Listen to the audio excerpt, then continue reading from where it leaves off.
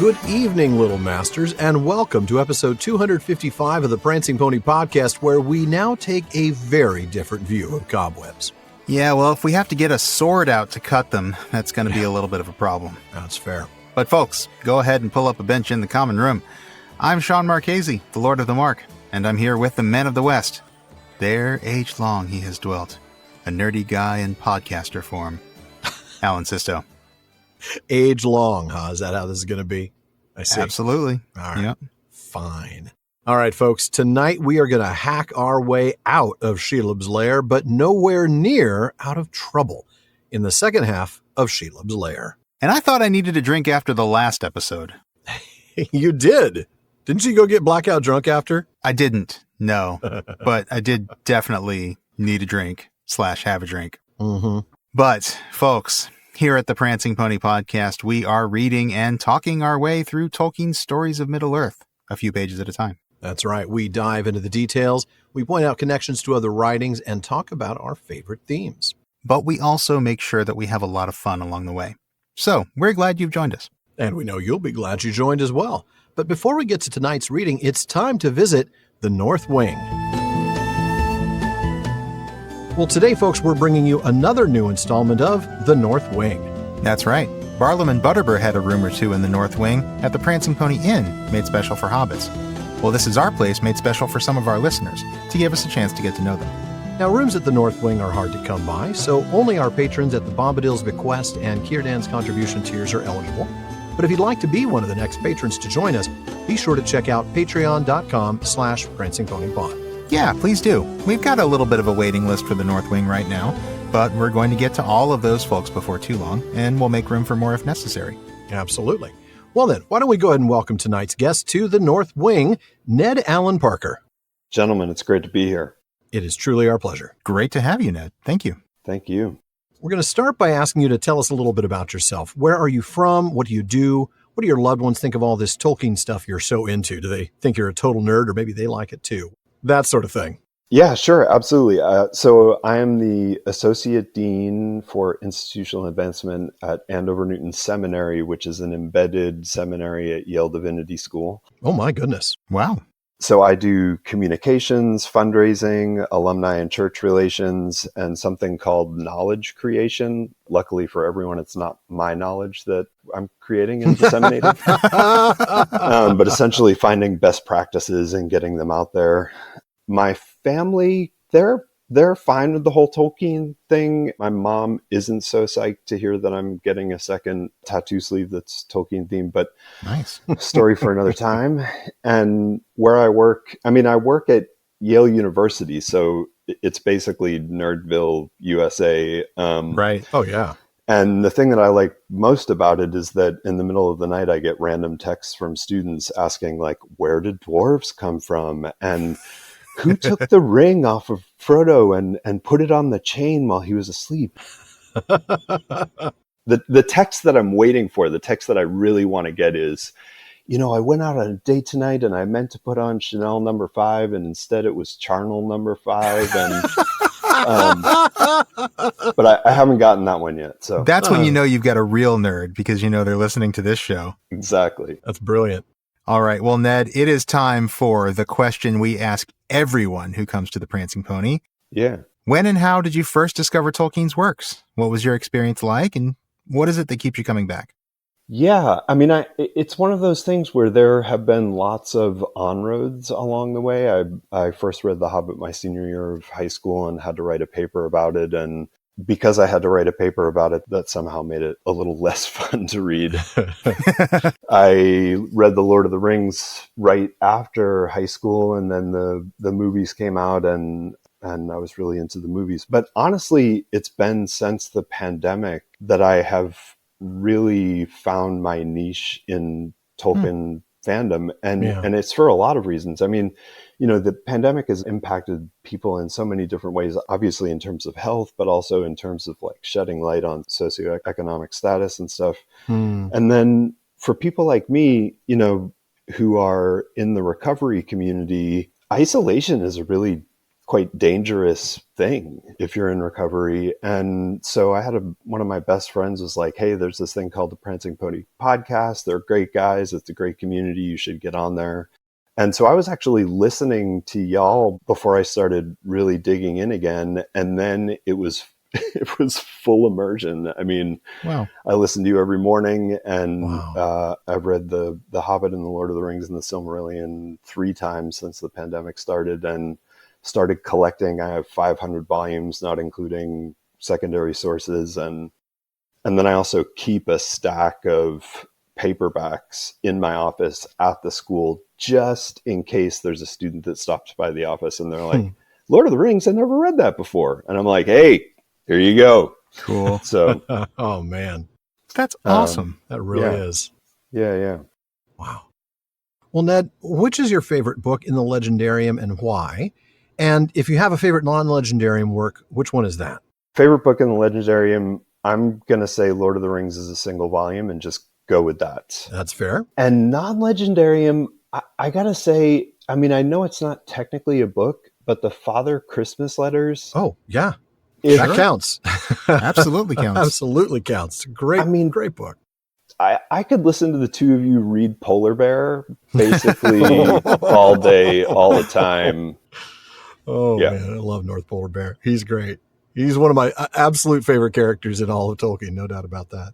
He is, and he's so fun to read. He's so alive, you know. He's so He really fleshed is. out, and that's awesome. No, I'm so glad to hear that, you know, listening to this show has helped you kind of, you know, deepen your Tolkien love, and Yeah. that's really gratifying. I appreciate hearing that, Ned. Thank you. I think the two of you are really, I mean, it's about community, as I said, you know, in recovery, and finding space where you can just be yourself and Yes. explore and be with other people. And I really think that the two of you, I'm not always sure you recognize the magnitude of the thing that you've created, this really safe place that is a truly deep well of community. And so I just can't express my man, that is gratitude enough. Very kind. I think when we try to grasp it, we're a little overwhelmed by it. If you know, Yeah. we're being completely honest, I'm it's sure. Yeah. it's not something that we've done. It's something that we've begun, I suppose. I mean, it's almost like, We've enabled it. yeah, we've watered Yeah. the soil. Maybe we've Yeah. put a little fertilizer there, but you know, the plant's grown organically of its own accord. And, Yeah. you know, there's no doubt that our community is as much to credit for this as we are, if not more so by a long shot. Right. Yeah. Absolutely. Yeah, we can't take too much credit for it. We are very thankful to have seen the community that's built up around this thing that we do, and it's gratifying. Makes us feel like, man, this really is worth it. Like Exactly. It's what makes the effort worth it. Yeah. It's not even the awards, no disrespect meant to the Tolkien Society. It's not Right. getting to go to these cool events. It's knowing that we have a community of people who have grown up around the show that support one another and encourage us as well. It's tremendous. I think I speak for Sean when I say it's one of the best aspects of the Tolkien fandom is that that's a central characteristic of the fandom.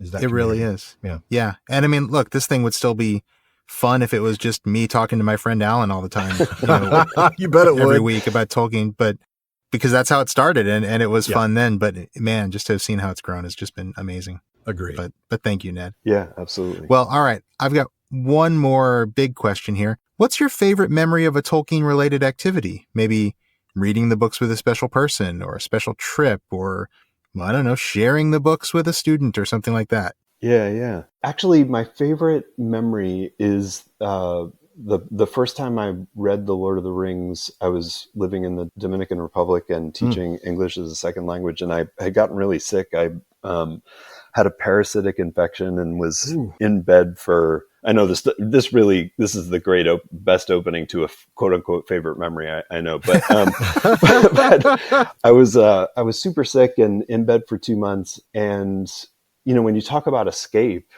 I could literally, I could knock it out of bed, and my parents mailed me my dad's copy of the little box set of the Lord of the Rings. Oh, wow. And it gave me a place to be that was not, you know, essentially deathly ill. And it really gave me that sense of escape. And I really formed a relationship with the characters in that time. So favorite memory, yeah, it has some more difficult parts, but I'm really grateful to the professor for creating that space that we can all escape into.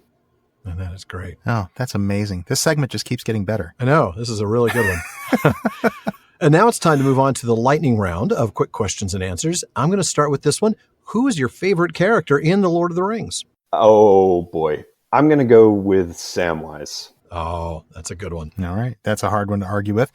Who's your favorite elf from the First Age? I'm going to sidestep this one and say Huan, because my dog is sitting next to me. Oh, all right. I Well, see. that's fair. That is fair. All right. Well, I'm going to stick you with another First Age elf question. Who would you rather hang out with, the Noldor or the Teleri? Assuming that the Noldor you're hanging out with aren't necessarily Feanor and his sons. If you're going to give that disclaimer, then I'm going to say the Noldor. That's fair. That's fair. Yeah. I know. Without those guys, I'm all right with the Noldor. Yeah, I totally would have gone the other way if you, if you Yeah. hadn't said that. If the Feanorians are involved, Yeah. I'm totally going Teleri. Right, Absolutely. We'll just hang out and fish all day. No, I know. Yeah. That pinata, it doesn't have anything left in it. So, No. you know. No, it does Ashes not. and spite. That's all that's left. Exactly, right. exactly. A little bit of smoke rising from the spot where it used to be. All right. Ned, who's your favorite author or what's your favorite book besides Tolkien? So the two books I've read the most times besides Tolkien, the two authors are Dune and To Kill a Mockingbird. Oh, yeah. Wow. Dune, I just absolutely love. I totally immersed myself in it. And To Kill a Mockingbird, I actually read, I was a pastor for 8 years in Seattle, and every year I would read it at the beginning of the year. And that idea of putting yourself in someone else's shoes that is a constant theme throughout the book is just so important when you're in sort of urban setting, trying to work with different groups of people, which was not a lightning round answer. So That's all right. That's okay. This is not a lightning round reaction. I mean, first of all, you may have heard I'm a little bit of a Dune fan myself. I have. But To Kill a Mockingbird, that's one I haven't read since college, I think. Yeah, same here. I remember really enjoying it. And for whatever reason, it's not one that I went back to, but I probably should. Now that I'm an adult, I think I would take a very different perspective to it. Yeah. There's this moment when Scout stands on Boo Radley's porch at the end of the book and looks out at the town, and suddenly you don't just recognize that her perspective has changed, but your entire perspective about how you view other people and how you interact with them. It's a really wonderful way to bring that book to a close. Great. Wow, that's great. Well, one more lightning round question. I am going to go back to Tolkien for this one. What's your favorite poem or song in the Legendarium? So my favorite, I'm not actually sure if it's a poem or a song, but it's the litany that Treebeard gives Merry and Pippin when he's talking about losing the Entwives, and it's a litany because it's sort of a call and response sort of thing, a back and forth, and I just find that so deeply moving and powerful, that sense of loss and the way that it unfolds in that litany. Yeah, that is a powerful piece, no doubt about it. Well, those were some great answers. Thank you so much, Ned. We have truly enjoyed having you here in the North Wing tonight, but it is time for all of us to head back over to the common room and join the rest of the listeners. Thank you so much, guys. Thanks again, Ned. Great having you here. And hopefully we'll see you back at Questions After Nightfall sometime. I look forward to it. All right. And folks, now we return you to the podcast in progress. That was one of my favorite segments of the North Wing ever. That really Honestly. was good. That was so fun. I mean, look, they're all great, but I don't know. That one was just absolutely a lot of fun. So I hope everybody listening enjoyed it. I do too.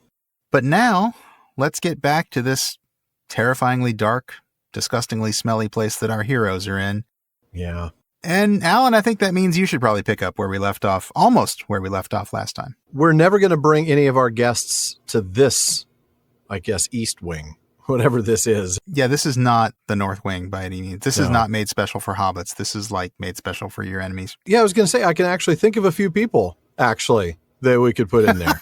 I was going to say, this is the place that's made special for podcast hosts who do very bad things. I was thinking it's the place made special for some of those internet trolls who have accused us of things. But anyway. I like that. Yeah, I think that would work. Absolutely. I like the idea of them being prisoners that Sauron tosses to Shelob to entertain her. I kind of love that idea. Yeah. I thought you might. All right, I'll pick up just a couple sentences in. Please do. Stars and glory! But the elves would make a song of that if ever they heard of it. And may I live to tell them and hear them sing. But don't go on, master. Don't go down to that den. Now's our only chance. Now let's get out of this foul hole. And so back they turned once more, first walking and then running. For as they went, the floor of the tunnel rose steeply, and with every stride they climbed higher above the stenches of the unseen lair, and strength returned to limb and heart. But still, the hatred of the Watcher lurked behind them, blind for a while perhaps, but undefeated, still bent on death. And now there came a flow of air to meet them, cold and thin. The opening, the tunnel's end, at last it was before them. Panting, yearning for a roofless place, they flung themselves forward, and then in amazement they staggered, tumbling back. The outlet was blocked with some barrier, but not of stone. Soft and a little yielding, it seemed, and yet strong and impervious. Air filtered through, but not a glimmer of any light. Once more they charged and were hurled back. Holding aloft the vial, Frodo looked, and before him he saw a grayness which the radiance of the star-glass did not pierce and did not illuminate, as if it were a shadow that, being cast by no light could dissipate. Across the width and height of the tunnel, a vast web was spun, orderly as the web of some huge spider, but denser woven and far greater, and each thread was as thick as rope. Sam laughed grimly. "Cobwebs," he said. "Is that all? Cobwebs! But what a spider! Have at 'em! Down with 'em!" In a fury, he hewed at them with his sword, but the thread that he struck did not break. It gave a little, and then sprang back like a plucked bowstring, turning the blade and tossing up both sword and arm. 3 times Sam struck with all his force, and at last one single cord of all the countless cords snapped and twisted, curling and whipping through the air. One end of it lashed Sam's hand, and he cried out in pain, starting back and drawing his hand across his mouth. "It will take days to clear the road like this," he said. "What's to be done? Have those eyes come back?" "No, not to be seen," said Frodo. "But I still feel that they are looking at me, or thinking about me, making some other plan perhaps. If this light were lowered, or if it failed, they would quickly come again." "Trapped in the end," said Sam bitterly, his anger rising again above weariness and despair. "Gnats in a net! May the curse of Faramir bite that Gollum, and bite him quick!" "It would not help us now," said Frodo. "Come, let us see what Sting can do. It is an elven blade. There were webs of horror in the dark ravines of Beleriand where it was forged. But you must be the guard and hold back the eyes. Here, take the star-glass. Do not be afraid. Hold it up and watch."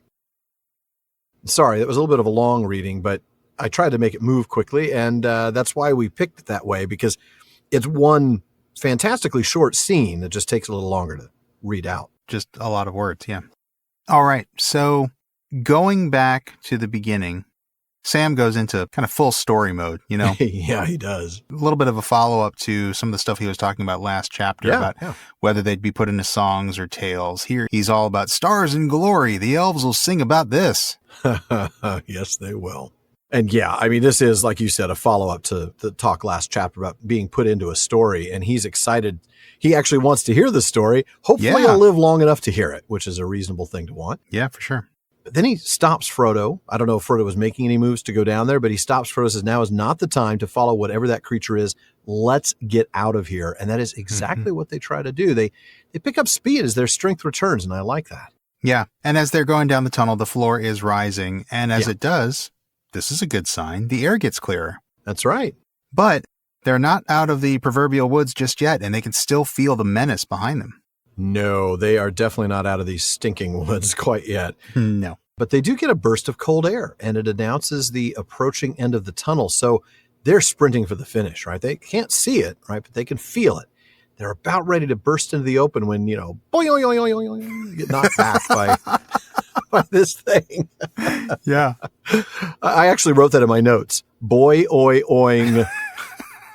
I wasn't sure whether I could pull it off. That's amazing. Though. Yeah. Yeah, it's almost a cartoon move, isn't it? You know, they bounce right off this thing.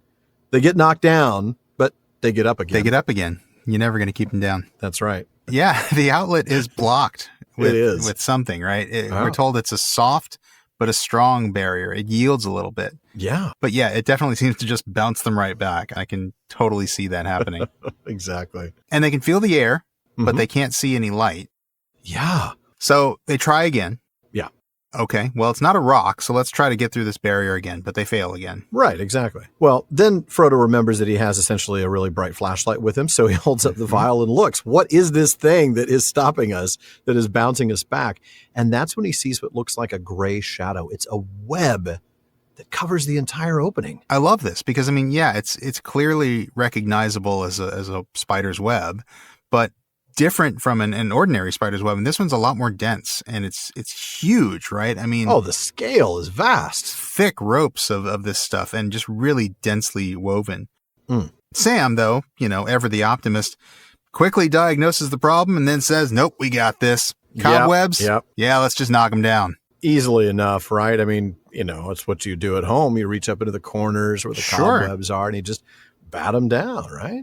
But my cobwebs at home aren't thick as rope. No, they aren't. So, yeah, let's just knock them down. Well, that didn't work out quite the way Sam had planned. The web springs back like a plucked bowstring. Oof. Yeah. And so he keeps trying. He tries, 3 times, I believe. Yeah. So, yeah, I mean, after swinging 3 times, he finally breaks one strand of this extremely densely woven spider web. Right. And not only that, but it whips back and lashes his hand. Yeah. So this is not going to work. I mean, this is not the way to get this done. There's going to have to be another solution. Not only is it going to take forever, you're going to be bleeding from however many wounds by the end of it. From all the times this thing is lashed out at you. Yeah. So he realizes this is going to take forever. And at that moment, I'm thinking, he just thinks it's going to take forever, so we might as well get to it.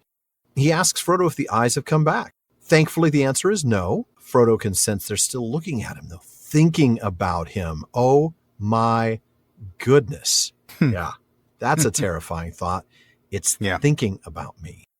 We're definitely not safe. If the light goes away, if Galadriel's vial fails, those eyes are coming back. Not just thinking about me, making some plan, perhaps. He assumes that there's intelligence behind those eyes. Oh, he's absolutely right. That's creepy. Yeah. Absolutely creepy. And Sam believes they're trapped. Mm-hmm. I mean, he's angry, right? We're told that he's more angry than he is weary or despairing. And I think this is interesting. We've talked before about Sam being the emotional heart of the story. Yeah. What do you think this says, that anger is overcoming his other emotions here? I think it says that's what we'd feel. We'd be really, really angry at Gollum right now. Mm-hmm. Irrationally so, because like Frodo points out, it doesn't really do anybody any good. But it's a very human thing. It really, I think, puts us in Sam's shoes and enables us to see the story through his eyes for a minute. Yeah. He is really the emotional heart. I love seeing these moments because it reminds us of that. Yeah, absolutely. Yeah, he absolutely is. And I think you're right. I think we're meant to be angry about this too. We're meant to feel like, my gosh, like all the stuff that Frodo and Sam have survived up to this point. I mean, and this is how we're going to go. Barrow-wights and ring wraiths and, Balrogs. The Watcher in the Water. And the Watcher in the Water. Orcs. I mean. And more orcs. And more orcs. And more orcs and more orcs. And now to apparently be about to meet their end at the hands of a spider. I mean, that's just big. And all because of Gollum's betrayal. They didn't have to go this way. At least we don't know of another way they could have gone. But as far as we know, they didn't really have to go this way. That's true. Yeah. So, yeah, we're meant to be angry, I think. We are. And Sam's so angry, he wishes the curse of Faramir to fall on Gollum. Can I go ahead and read that one? You can. It's exactly why I set it up that way. You're not supposed to reveal that was in the talking points. Right? Pay no attention to the man behind the curtain. So this was the curse that Faramir laid on Gollum. He said, "Then I say to you, you are under doom of death. But while you walk with Frodo, you are safe for our part. Yet if ever you be found by any man of Gondor astray without him, the doom shall fall. And may death find you swiftly, within Gondor or without, if you do not well serve him." That's right. So yeah, it's death. He's wishing death for Gollum. May death find you swiftly if you do not well serve Frodo. Yep. And I think Gollum might say, I am serving him well on a plate to Shelob. Yes, indeed. To serve man. Yeah. How to cook humans. that How to Twilight cook for Zone. humans. How to cook 40 Oh humans. my goodness, that was creepy. All right, sorry. Digression. So yeah, Frodo points out the obvious. Look, Gollum's death wouldn't help us now. Right. Fine, sure, you want revenge, wish death on him, but it's not going to make any It's difference. not going to solve this problem. No. No, but Mr. Frodo would make me feel a lot better as I was being eaten. It might. I could see that. Yeah. It'd make you feel a little better. But what would help, or what might help at least, maybe Sting can help. That's a very good Maybe point. Sting can do something. After all, it is an elven blade. We know it came out of Gondolin, right? So yeah, maybe it can do something.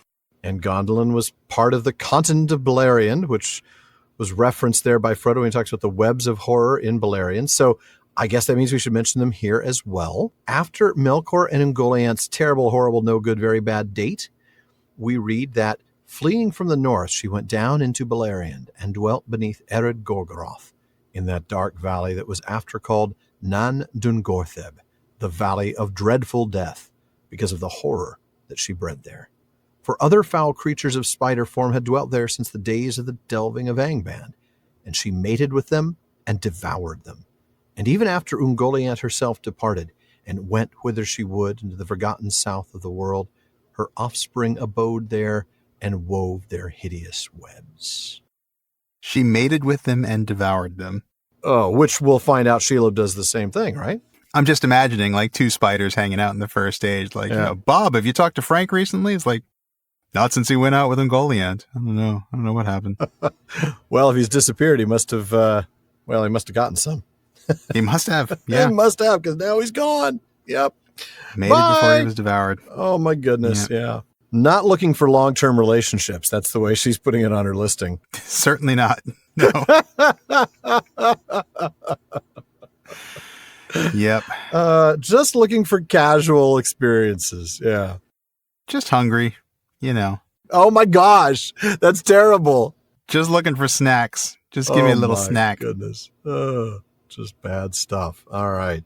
Well, before that gets far worse, and it has potential to do exactly that, we're going to move on, aren't we? Yeah, so let's go back to that. I mean, yeah, the blade does come out of Beleriand. It does come out of a place where Ungoliant was a thing, and this was a threat that elves knew about. But, I mean, it wasn't really made for that. It wasn't necessarily forged to fight spiders or to cut their webs. It was made in Gondolin for use in the Goblin Wars. But it is still a very powerful blade. That's the point. Sure. Yeah, no, of course. I'm not trying to discount that. It doesn't have anti-spider purposes. Exactly. It's got some specific anti-orc functions, like the glowing and everything like that. But we don't know of it having any particular plus against spiders or spider webs. It glows a venomous green when spiders are around and blue when orcs. Maybe it has other colors. I don't know. Sure, why not? Seriously. All right. Well, so Frodo gives Sam the vial and encourages him, right? Don't be afraid. Keep it aloft and keep watch. I love the way he sort of just tries to lift Sam out of his, we talked about it earlier, his anger that has overcome his fatigue and his desperation and his fear. Yeah. He's just really angry. And I think Frodo here is helping him to focus. And, he is. I mean, Frodo's on a bit of an emotional roller coaster as well, as we're about to see. Oh, he is. Oh, absolutely is. Yeah.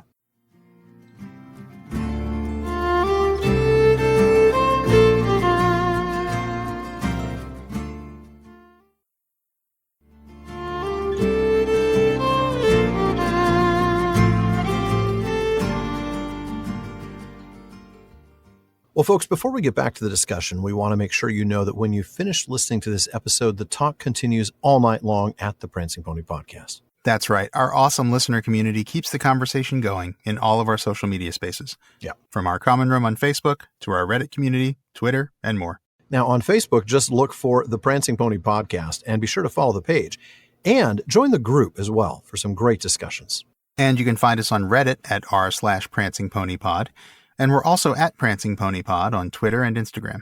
And don't forget to check out our new podcast, The Rings of Power Wrap-Up, where we discuss, analyze, and speculate all about Amazon's television adaptation of J.R.R. Tolkien's Middle-earth. That's right. We're taking deep dives into the lore behind the show. We're talking about our favorite themes and our favorite characters and a whole lot more. So look for the Rings of Power wrap-up and subscribe wherever you listen to podcasts. And check out our social media at Rings Wrap-Up for more. And folks, if you enjoy the show, please consider supporting us by joining the Fellowship of the Podcast. Now, when you do, you get a lot, including an active Discord community that gets to listen in on live episode recordings, postscripts, episodes without digital ads, free merchandise, and a lot more. A whole lot more, actually. You get live Discord hangouts, chance to be a part of our Questions After Nightfall episodes, or even join us as a guest in the North Wing. So check out patreon.com/prancingponypod to support the show and become part of the Fellowship of the Podcast. Now, the support we get on Patreon is what enables us to pour so much into the show, folks. We really appreciate it. You can also help us out by giving us a rating and review over on Apple Podcasts. And now over on Spotify, you can at least leave us a rating. And please recommend us to your friends. Please do. Well, Sean, pick up exactly where I left off, if you wouldn't mind. I will do that. Then Frodo stepped up to the great gray net and hewed it with a wide sweeping stroke, drawing the bitter edge swiftly across a ladder of close-strung cords, and at once springing away. The blue-gleaming blade shore through them like a scythe through grass, and they leaped and writhed and then hung loose. A great rent was made. Stroke after stroke he dealt, until at last all the web within his reach was shattered, and the upper portion blew and swayed like a loose veil in the incoming wind. The trap was broken. "Come!" cried Frodo. "On! On!" Wild joy at their escape from the very mouth of despair suddenly filled all his mind. His head whirled as with a draught of potent wine. He sprang out, shouting as he came.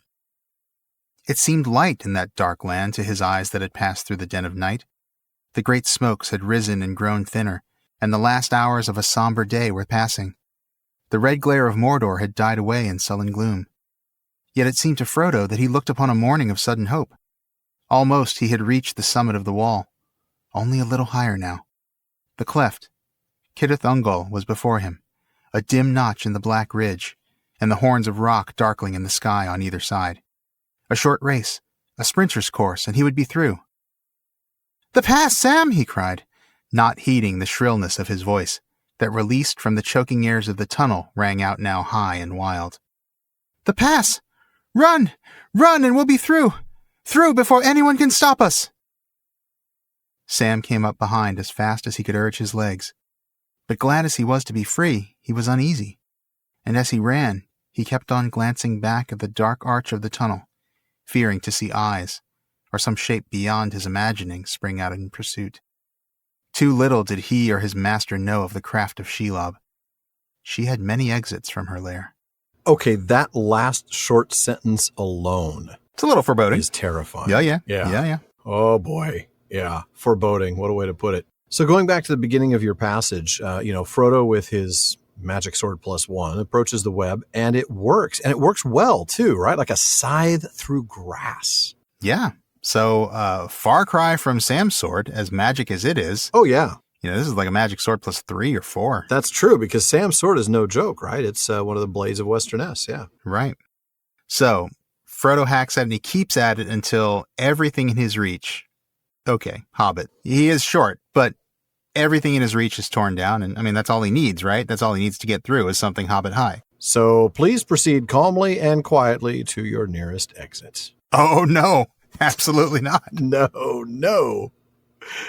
It's a stampede! And that's exactly what we see here. Frodo is overcome. Yeah. He springs up shouting, and there is this amazing pendulum swing of emotions from what was the deepest despair in this darkness to now the joy of escape. And we need to talk about this. I think so. We know that this is a potent mix, right? The text tells us that it's like a strong wine. Yes. I have to say, what does a strong wine do? I think it takes away your judgment a little bit, right? It does. It makes you maybe not quite as rational as when you're sober. You're not sober-minded. That's exactly right. The phrase I'm thinking of is from the Silmarillion. We were besotted as if with wine. And I think that's exactly what's going on here. I think he's got a little taste of just some little tiny bit of escape or a chance of escape. And it's going to his head. Oh, yeah. Understandably so, right? It's been a long time since he's had any hope, and he's kind of clinging to this. And yet, is this real hope? I don't think it is. This is a fool's hope. He's acting very foolish here. He's acting rash, like you said. Foolishly, yeah. Irrationally. Yeah. Yeah. And we'll see some more of this later, but I think it's just worth pointing out here. He's grasping at straws in a way, right? Yeah. Yeah. He's reaching for anything that resembles a hope. That's right.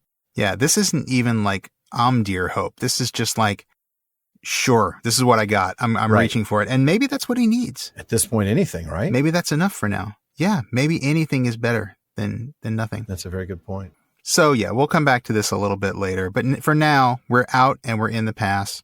Yeah. And first we see the relative light compared to the darkness that he was just in, right? I mean, this is not bright by any means, but there's more light than he was just in. That's right. Then we get the description of the great smokes that they'd seen earlier. Yep. And now remember at the beginning of the chapter, in the part we didn't read, you might recall this line. The hobbits could see little difference unless perhaps the heavy sky above was less utterly black, more like a great roof of smoke. So that's the great smokes that we're seeing here. Right. And then this line about the last hours of a somber day is interesting. Yeah, it is. Hammond and Skull told us that, according to Tolkien's scheme, it's actually now the morning of March 13th, which is very interesting because we're told that it seemed to Frodo as if he looked on a morning of sudden hope, but that's not actually what he's experiencing. No. And yet that actually is what it should be, according to the chronology. In the Reader's Companion, Hammond and Skull point out that this phrase is a vestige of the earlier chronology in which Frodo and Sam entered Shelob's lair in the morning and escaped in the afternoon. That's right. The scheme says that Gollum led Frodo and Sam into the lair on the afternoon of March 12th, meaning they were in there for, like we said last episode, somewhere between 14 and 18 hours, depending on what they mean by afternoon in that case. But either way, that's a long time in total darkness, a lot of that time being chased by this terrible spider creature. No wonder Frodo's excited to get out. Yeah. And again, I think he's at the point where, like you said, he's just kind of clinging to anything. And so the text even tells us that even with the light being as dim as it is, even with the presence of these smokes, even with the red glare, which is not a positive sign by any means. No, that is not a good sign. Not at all. No. But despite all of this, Frodo feels like it's a morning of sudden hope. That's right. It ain't much, but it's what he's got. It's better than what we've had for the last full day. Absolutely. Absolutely. At least there's air. He knows he's close to the top of the pass now. Just a short sprint. And that's right. I love that. A sprinter's course. That's a nice little line. That is a cool turn of phrase. He cries out to Sam. He doesn't even think about how loud and clear his voice is in this place, which again is very unlike Frodo. And I think is just another indication of his rashness, of his lack of thinking this through, not acting wisely at all. And he tells Sam to run before anybody can stop them, which, well, given what's behind them, is not a bad idea, actually. Yeah, not a bad idea at all. And Sam begins to do just that, but he's got a little bit more, I don't know, a little more sobriety here than Frodo does. He's a little bit. He's unsure. He's uneasy, the text says. Yeah, well, I can understand why, right? I mean, he keeps looking back. He's terrified he might see the eyes. And frankly, let's be honest, the creature to whom the eyes belong. Right. And then, as you kind of mentioned right at the ending of my reading, the text kind of leaves us with this actually quite terrifying truth. They didn't know about Shelob's craft, her hunting skill, and the fact that she had many exits from her lair. So that just seriously foreboding. Tells you what's coming. Don't get too excited, folks. No. So before we get to that, though, Alan, you're going to read the next passage. I will indeed. There age long she had dwelt, an evil thing in spider form, even such as once of old had lived in the land of the elves in the west that is now under the sea, such as Beren fought in the mountains of terror in Doriath, and so came to Luthien upon the green sward amid the hemlocks in the moonlight long ago. How Shelob came there, flying from ruin, no tale tells, for out of the dark years few tales have come. But still she was there, who was there before Sauron, and before the first stone of Barad-dûr, and she served none but herself, drinking the blood of elves and men, bloated and grown fat with endless brooding on her feasts, weaving webs of shadow. For all living things were her food, and her vomit darkness. Far and wide her lesser broods, bastards of the miserable mates, her own offspring that she slew, spread from glen to glen, from the Ephel Duath to the eastern hills, to Dol Guldur and the fastnesses of Mirkwood.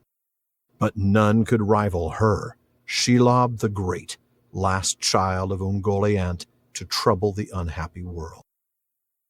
Already, years before, Gollum had beheld her, Smeagol, who pried into all dark holes, and in past days he had bowed and worshipped her.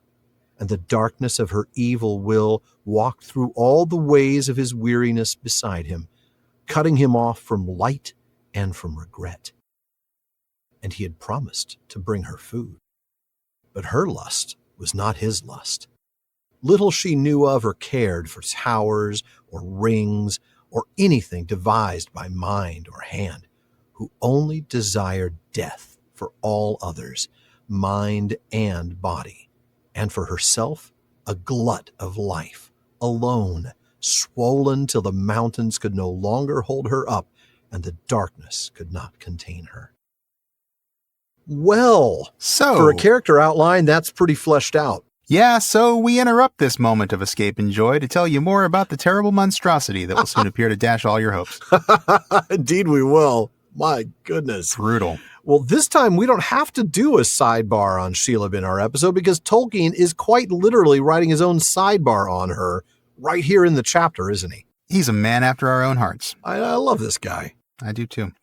Yeah, age long she had dwelt. Now, we talked about this last episode, basically concluding that she's probably around 6,500 years old at least, most likely older than that.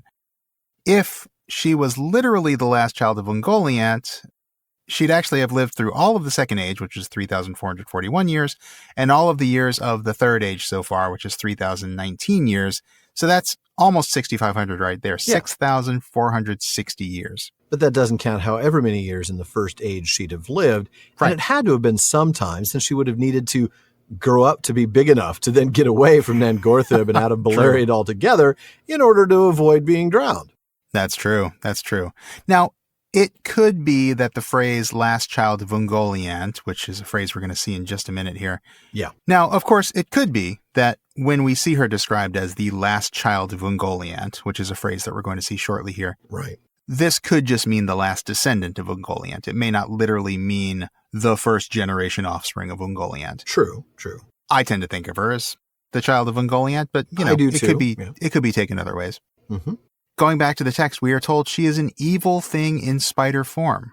Now, this means that she's not actually a spider. She's not just a giant spider. She is something else in spider form that has taken the form of a spider. Yep. Mm-hmm. And this, again, is like her mother or her ancestor.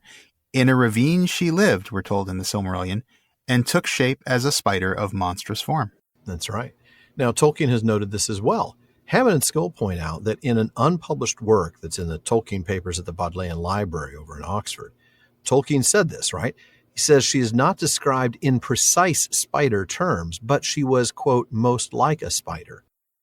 Tolkien goes on to say, as such, she was enormously magnified, and she had 2 horns and 2 great clusters of eyes, but she had the characteristic tight constriction of spiders between the front section, head and thorax, and the rear, belly. This is called her neck because the rear portion is swollen and bloated out of proportion. She was black, except for the underpart of her belly, which was pale and luminous with corruption. Well, now that's a lovely description. She's a gal only a mother could love, really. Well, and apparently a few desperate male spiders who then got eaten. So let's not call that love. No, that's not love. I mean, what's love got to do with it, really? And I was thinking, I want to know what love is. No, wait, I changed my mind. It's not that. I don't want that. No. All right. Oh, man. Woo. All right, so then going back to the text, we get the mention of others of Ungoliant's spawn that Beren fought. Right, and then the mention that out of the dark years, few tales have come. And, you know, that's another one of those things that makes me believe that she is a literal daughter and not a distant descendant, right? I agree with that. Yeah. I mean, even if she is a descendant, she's still really, really, really old. Oh, yeah, yeah. Because then we get this stuff about when she's been here, right? Yeah, that's right. The text says that Shelob has been here since before Sauron and before the first stone of Barad-dûr. Yeah. which the Tale of Years tells us that was built around Second Age 1000. So that makes her at least 5,500 years old. And that's even if she's just a granddaughter or a great-granddaughter of Ungoliant. But I'm with you. I really like to believe that she is actually Ungoliant's daughter, just because that's the language that Tolkien uses. He says child of Ungoliant, and I want to take that literally. Yeah, I think so too. Now, she's not there to serve Sauron. I know a lot of folks will think, especially if you've only read the stories once or if you've only seen the movies, you might kind of think of her as somebody that Sauron is partnered with, right? Now, she's not there to serve him. She serves only herself, which, again, is just like her mother, right? We read, there in Avathar, secret and unknown, Ungoliant had made her abode. The Eldar knew not whence she came, but some have said that in ages long before she descended from the darkness that lies about Arda, when Melkor first looked down in envy upon the kingdom of Manwë, and that in the beginning she was one of those that he corrupted to his service. But she had disowned her master, desiring to be mistress of her own lust, taking all things to herself to feed her emptiness. Yeah. And, really, all over this description, Shelob clearly takes after her mom.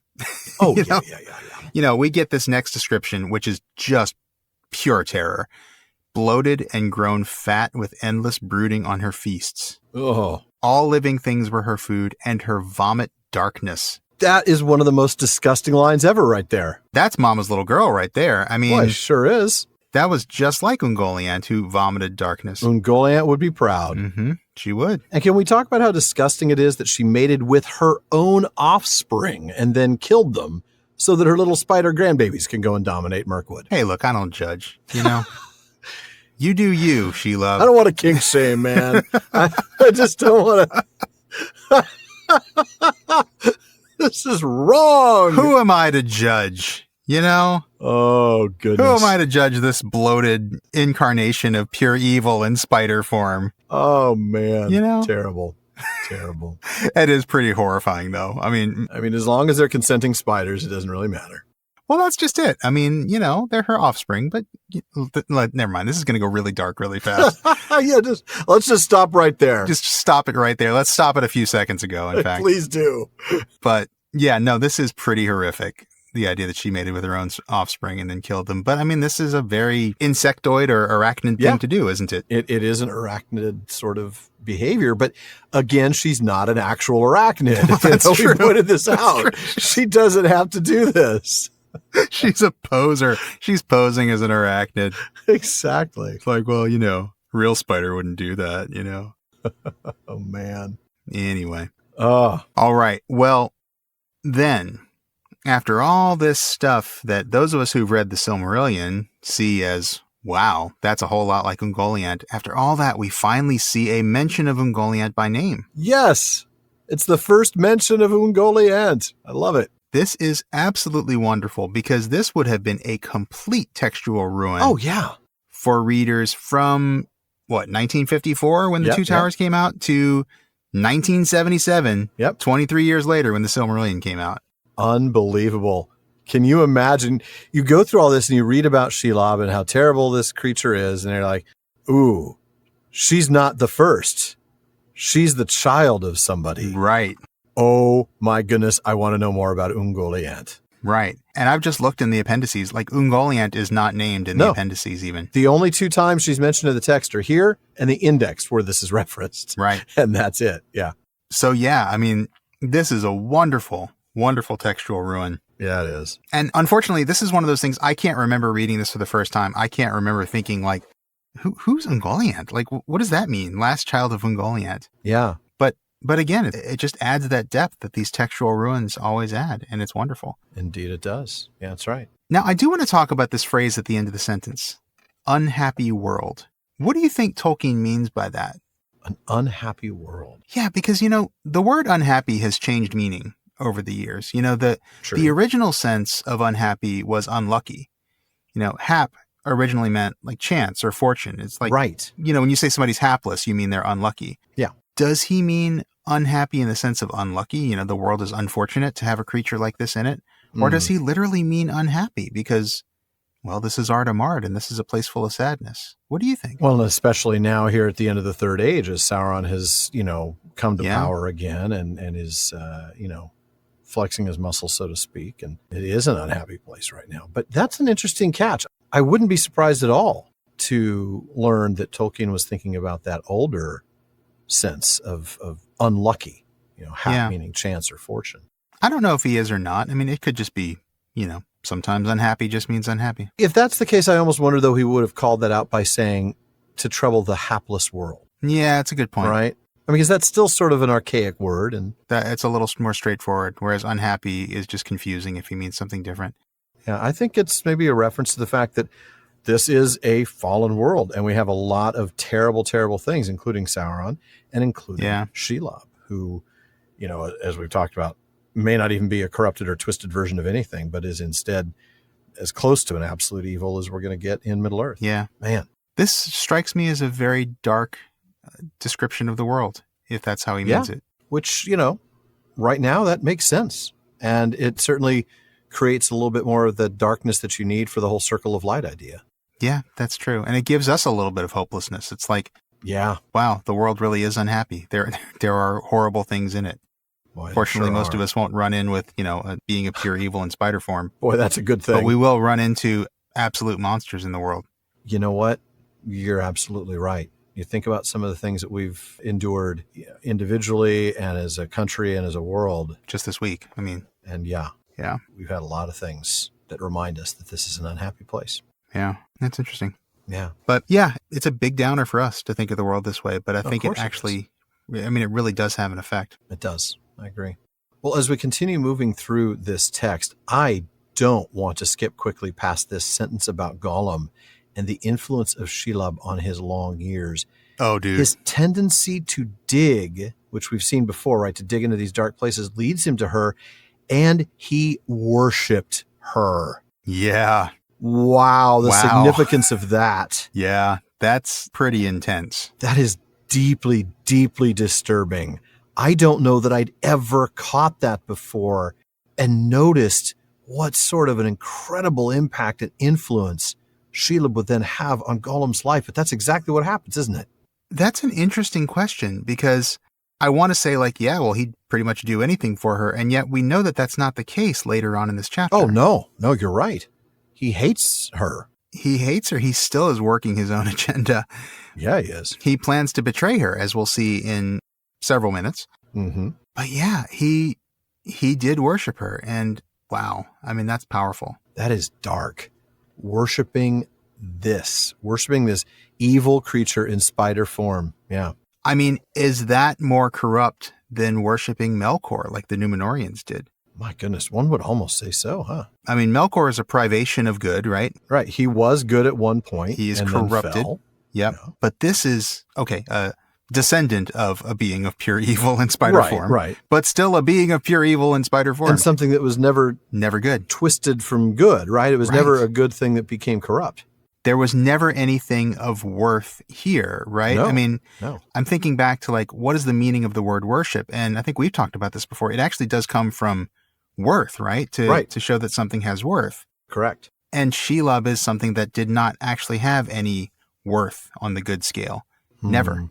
No. So to worship her seems somehow the most abominable thing imaginable. Yeah, it really does, actually. Boy, that's a very good point. That's saying a lot. And look at the effect that it would have on him, right? Yeah, I mean, this influence, the darkness of her evil will, it was with him continually from that point on. And that's right. This not only kept him in the dark, we're told it cut him off from light. Ooh. And I love this because, this can be taken both literally and metaphorically. And it's also a nice opportunity to revisit that whole Augustinian versus Manichaean discussion, That's right. The absence of light versus darkness as an entity. Shelob may be darkness as an entity, but she is cutting Gollum off from light. She is negating light for him, and so she is further corrupting him. Yeah. Oh, man. That's fascinating. But it's not the only thing that she's kept him from, is it? No, not at all. It's kept him from regret. That is such an interesting thing to add to this, right? It's kept him from light and from regret. But I'll tell you what that does, is it makes last chapter's near repentance an even more poignant and tragic moment, doesn't it? Wow, you're not kidding. Because it tells us that Gollum was actually way farther gone than we really thought. Much farther gone. Worshipping the darkness in its purest form. Yeah. Yeah. And kept from regret. Oh. And yet he almost had a moment. I know. So close. He almost had a moment just mere hours after visiting her ladyship. Whoa. And almost managed to come back from that. That's right. How powerful would that have been if he had had that redemption moment? Oh. And Sam? Sam. Sam. Love you, Sam, but man, that hurts. That hurts even more. Yeah. It does. It does make that moment all the more just tragic. It really, really does. So, back to the text. Gollum had promised to bring her food. I mean, probably not a bad move on his part. He wouldn't provide a whole lot of food for her himself. So, right. Hey, that's true. Ain't nothing but a chicken wing. Right. Keep me alive. I'll find you bigger things. And that's all she cared about, right? That's all she cares about. Consuming living things. Total consumption. That's all that matters. She doesn't care about kingdoms or rings. She doesn't care about anything but death for everybody else. No. And then I love this horrific turn of phrase, a glut of life. Oh, yes. The mirror image of this death for everybody else and then the glut of life. Yeah. Yeah. An abundance of life for herself by feeding on an abundance of lives of others. Oh. It's just pure gluttony, and it's horrific. It is horrific. And that's an interesting way of putting it. Gluttony, I mean, it is, and that's why we get the same, that's where we get the word glut. Right? Glut, yeah. But you can't help but wonder with Tolkien's strong Catholic background whether there was some maybe personification of gluttony here, one of the 7 deadly sins. I think very much so, yeah. We certainly know how big pride plays a role, and yeah, I'm not surprised here to see gluttony being equally called out as evil. That's an interesting thought, because you think of obviously pride being the big deadly sin of Amelkor and so many of the other villains. So many, yeah. But Shelob is on a different level than that. She's on the level of lust and gluttony. Yes, gluttony especially, but also lust. We've been given the word specifically lust, haven't we? Several times, yeah. Her lust was not his lust. Right. Very, very powerful. And, as I'm thinking about, now, I mean, I don't know that much about sort of how Catholicism would rank the 7 deadly sins, but I know from Dante's Inferno that lust and gluttony are not as low down in the pit of hell as pride is. Pride. Yeah. Lust and gluttony are kind of lower order sins by that measure. They're sort of the ones that, the phrase I've always heard is pride is the root sin and all the others are the fruit sins, right? I mean, everything eventually kind of stems from pride and the idea of sort of taking God's place as, your own authority. Yeah. Yeah. So that's very interesting. And I think it's interesting that her trademark sin is gluttony and lust, or her trademark sins, I should say, are gluttony and lust, as opposed to the higher order, the root sin, as you put it, of pride. Right. Mm-hmm. Man, that is disturbing. But I got to say, one other thing that the text doesn't say anything about this, but it's a conclusion that you can kind of draw on your own here. The combination of Gollum's worship of her and of the fact that she understood his promise, that naturally leads to the conclusion that Shelob is at least, and there's no surprise here because Ungoliant was, capable of understanding speech. Now, one could assume that like Ungoliant, she's also capable of speech herself, but we never hear her speak a word. Yeah. That's interesting. So she can hear Frodo and Sam. We know she understood what Frodo said, about Eärendil. So she clearly understands speech. There's no reason to think she can't actually form words the way Ungoliant did when she spoke to Melkor. Right. But she doesn't talk, does she? She doesn't talk at all. And that makes her more beast-like. It does, yeah. I mean, we know she's not a beast. No, makes her more bestial, yeah. Almost like Durin's Bane, right? Never speaks a word, though we know there's intelligence there. That's right. It kind of makes them scarier, and it makes them... A little bit. Even if they are rational creatures, it makes them seem irrational, and I think that makes them scarier in a way. Yeah, that's a very good point. Certainly more alien, yeah. And you can't reason with somebody who won't communicate. Exactly. That's exactly right. If they can't express themselves in words, or they don't express themselves in words, they choose not to, right? Yeah, then you can't communicate with them. How can you possibly reach a détente? Or, how can you possibly, you can never even get a villain monologue. You can never, And here I have you, Mr. Frodo. I would love it if Shelob would talk like that. Wouldn't it be great? That would actually be terrible, but it'd be pretty funny. What do you expect of me, Shelob? I expect you to die. All right. So then going back to the text, we get a little glimpse into Shelob's view here. Yeah. we see that she's been hungry for a long, long, long time. Oh, yeah. Yeah. She's been on a diet. No, she hasn't. Far from it. She's just so hungry all the time. She's never satisfied. All the time, right. And she's been here, like we said, she's been here since before Sauron. And, well, her choice of locations became less ideal after Sauron moved in. Yeah, I'd say so. Only orcs go through now. They're pretty wary on top of that. But even if they weren't wary, they're not very tasty. No. And she wants tastier meats. Yeah, sweeter meats. And now Gollum has brought it to her. Yeah. Yep. All right. Well, with those tasty meats on the way. Back on the menu, you might say. You might say, Gollum's apparently working for DoorDash. Yeah. Right. I'd like to order 2 hobbits. He's not going to get a tip. No, you're I'm sure. He'd like one. He'd like the ring as a tip. That's true. That's true. I'm going to go ahead and have you pick up shortly after that. I think Gollum might be talking about whether he's going to get a tip. That's right. We'll see, he said often to himself, when the evil mood was on him, as he walked the dangerous road from Amon Muil to Morgul Vale. We'll see. It may well be, oh yes, it may well be, that when she throws away the bones and the empty garments, we shall find it. We shall get it. The precious. A reward for poor Smeagol who brings nice food. And we'll save the precious as we promised. Oh yes. And when we've got it safe, then she'll know it. Oh yes. Then we'll pay her back, my precious. Then we'll pay everyone back. So he thought in an inner chamber of his cunning, which he still hoped to hide from her, even when he had come to her again, and had bowed low before her while his companions slept. And as for Sauron, he knew where she lurked. It pleased him that she should dwell there hungry but unabated in malice, a more sure watch upon that ancient path into his land than any other that his skill could have devised. And orcs, they were useful slaves, but he had them in plenty. If now and again Shelob caught them to stay her appetite, she was welcome. He could spare them. And sometimes, as a man may cast a dainty to his cat he calls her, but she owns him not, Sauron would send her prisoners that he had no better uses for. He would have them driven to her hole and report brought back to him of the play she made. So they both lived, delighting in their own devices, and feared no assault, nor wrath, nor any end of their wickedness. Never yet had any fly escaped from Shelob's webs, and the greater now was her rage and hunger. Okay, there's a lot there to unpack. Oh, yeah.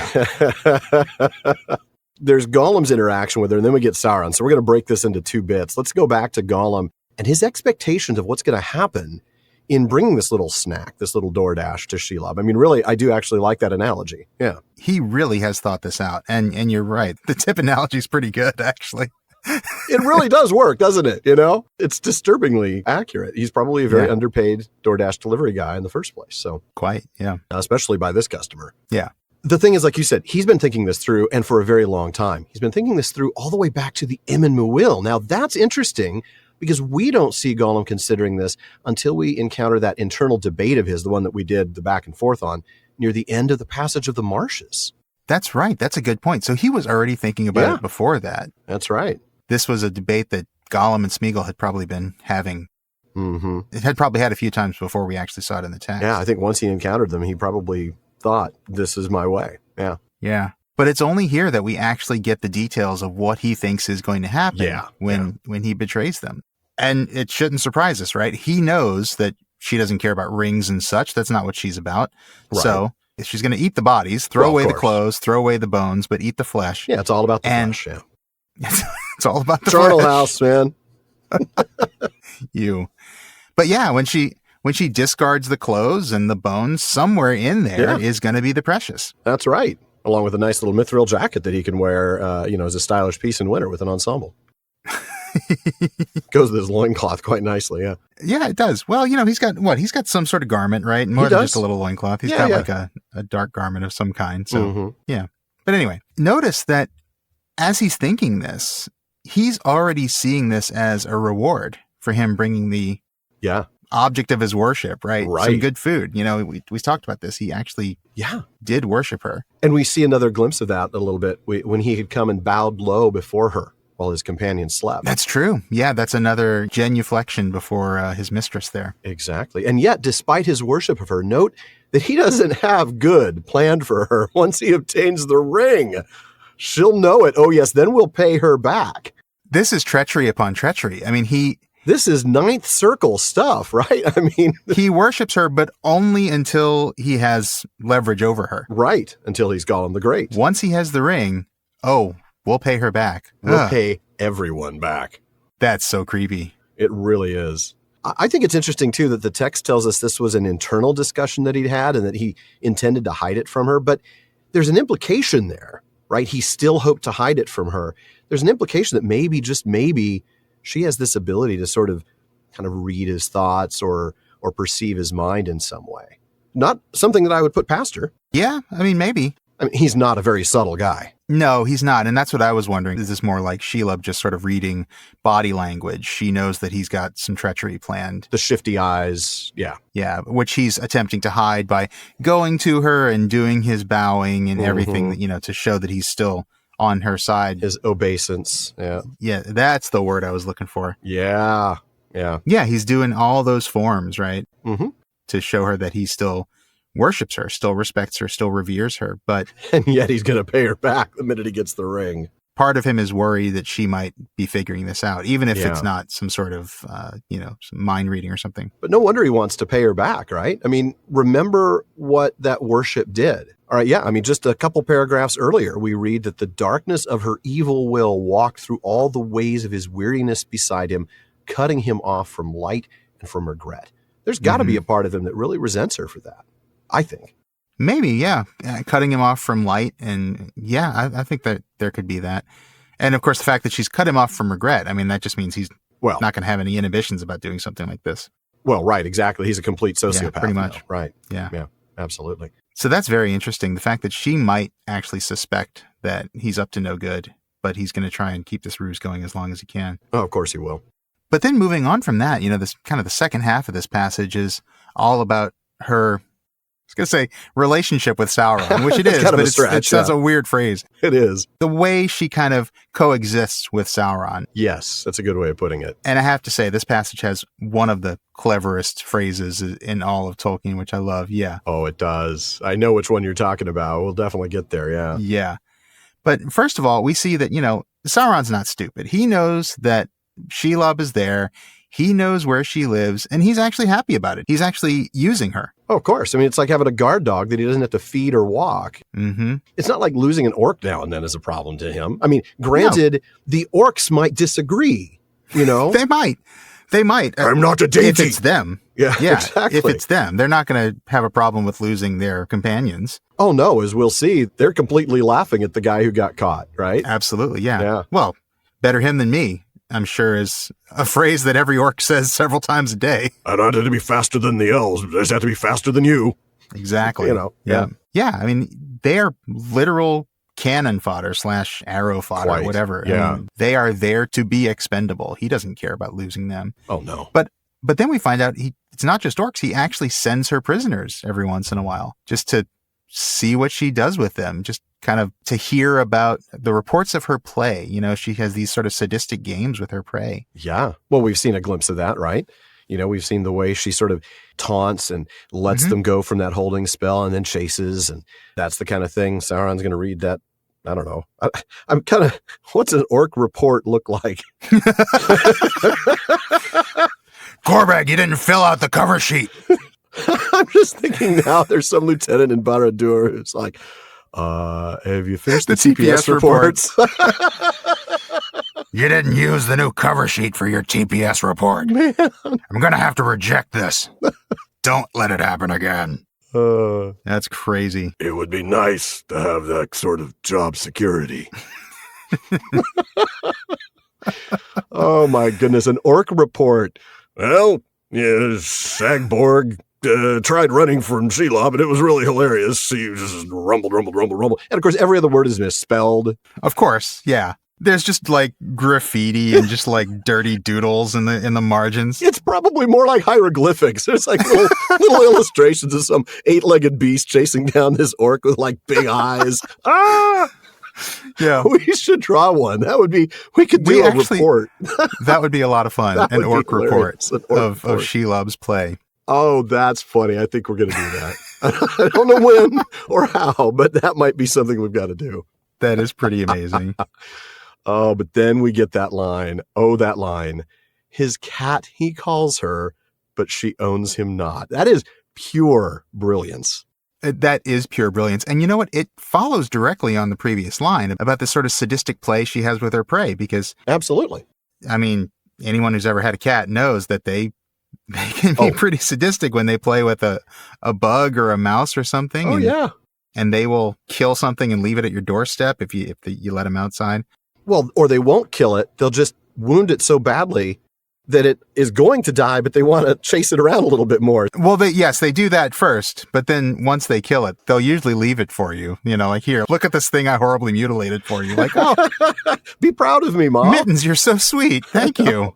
Oh, just what I always wanted, a headless bird. But, I mean, let's talk about this line. His cat he calls her, but she owns him not.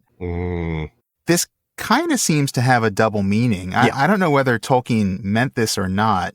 I'd be surprised if he didn't, just because of how brilliant he is with that sort of thing. Yeah.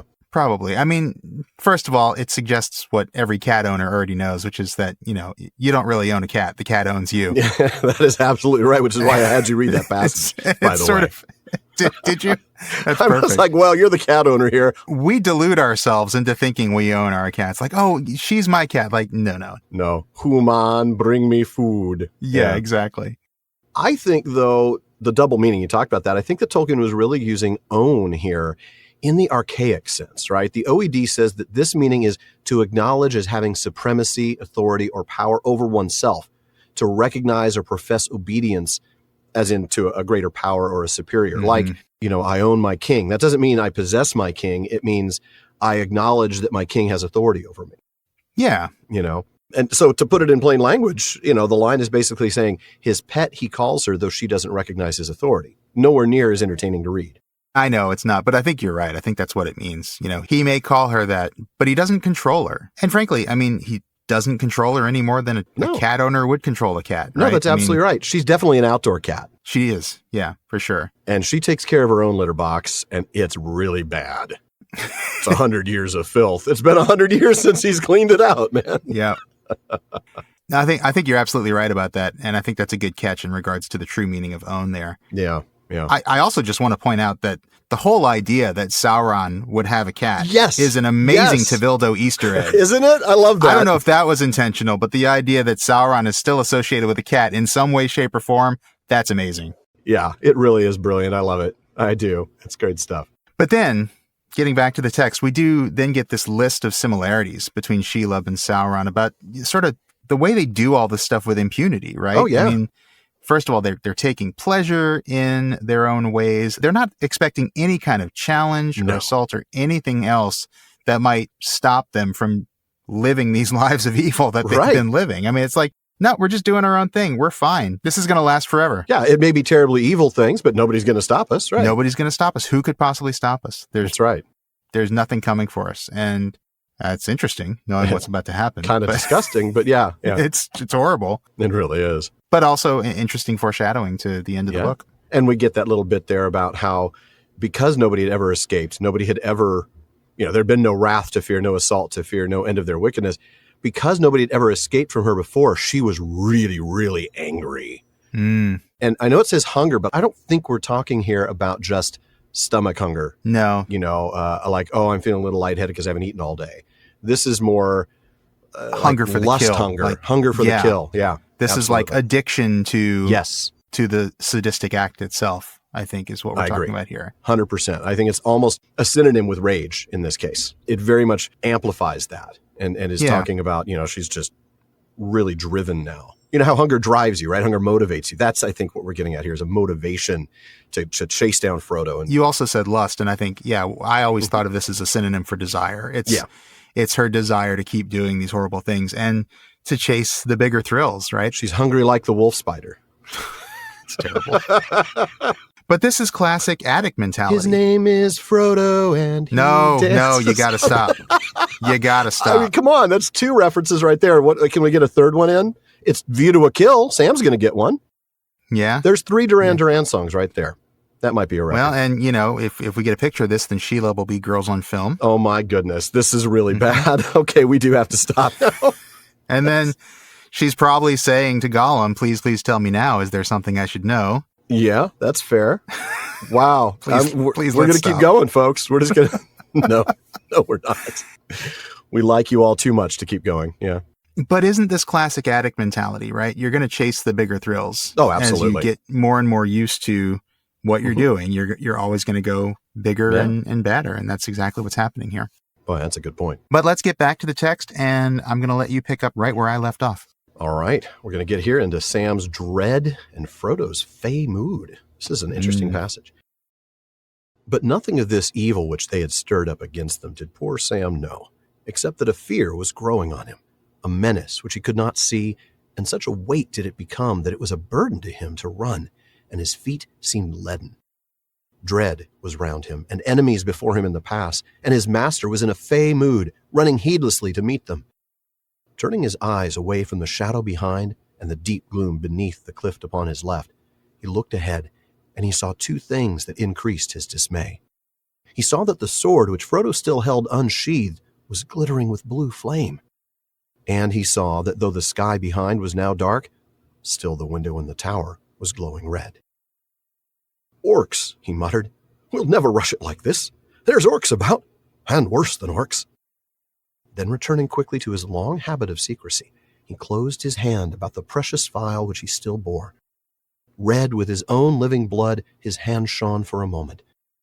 And then he thrust the revealing light deep into a pocket near his breast and drew his elven cloak about him. Now he tried to quicken his pace. His master was gaining on him. Already he was some 20 strides ahead, flitting on like a shadow. Soon he would be lost to sight in that gray world. All right. So at the beginning of that passage, we go back to Sam because, we've just had this long sidebar on Shelob and her relationship to Sauron.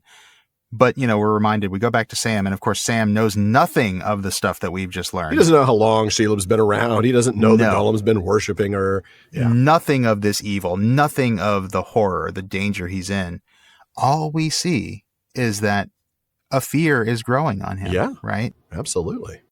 We talked before the sidebar of how Frodo, he's got this kind of false hope, right? He's sort of besotted with this false escape. Sam doesn't share that. Sam is afraid. He's right to be afraid. He is right. And it's really a good thing that he doesn't know more. I think he'd be even maybe perhaps too afraid to do anything. I think you're right, because we're told that the fear made it hard to run. Imagine if that fear was greater, he'd just be paralyzed with it. Yeah. Yeah. I mean, we get a combination of things then that Sam is aware of, right? We get the surrounding dread and we get the enemies in the pass ahead, indicated, of course, by the blue on the sword. Right. And then we are told that Frodo is in a fey mood. And this is the first time we're told that in this particular episode, but obviously we have talked about this word before. Many times. And I think it's worth pointing out that Tolkien often uses this word to describe characters that are heading towards death. That's right. Yeah. I mean, I'm thinking back to Eowyn talking about Aragorn in the next book. She says, "Fey I thought him, and like one whom the dead call." That's right. And that's when he's on his way to the paths of the dead. Mm-hmm. Or also in the next book, thinking of all these great moments we're going to get next season. Next season's going to be good, folks. Yeah. Pippin explains to Baragond, he says, "The lord of the city has fallen before his city is taken. He is fey and dangerous." That's right. Fey is one of those words, we have talked about it. At this moment, by the way, you just talked about fey in 2 passages that are coming up next season. Mm-hmm. This is the first time we've seen the word in The Lord of the Rings, though. So you could be forgiven if you don't remember us talking about it all the way back in season 1 when it was applied, well, mostly to Feanor on multiple occasions, including this great passage. Nothing did he know of Angband or the great strength of defense that Morgoth had so swiftly prepared. But even had he known it, it would not have deterred him, for he was fey, consumed by the flame of his own wrath. So that's fey right there. Yeah. Wow. That's actually really interesting. I'd forgotten. I mean, I was like, I know it appears in the Silmarillion. I couldn't remember exactly where it was. Yeah. There are a few other passages with it, of course. I think it applies to Turin once or twice as well. Yeah.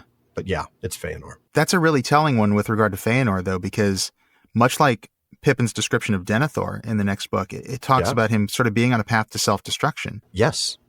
Boy, consumed by the flame of his own wrath. Yeah, that really does sort of describe Denethor in a very literal and metaphorical way. Absolutely. Yeah. Absolutely. And of course, Eowyn just thinks Aragorn to be Fey. Right. He seems like he's on a self-destructive path. Of course, fate is on his side there. Mm-hmm. Though he's not certain of it. I mean, keep in mind, that is true. Very, very aware that he may be going to his death. He's not blindly going towards it the way like Denethor or Feanor was. I think Eowyn is kind of underestimating Aragorn. She thinks he's Fey.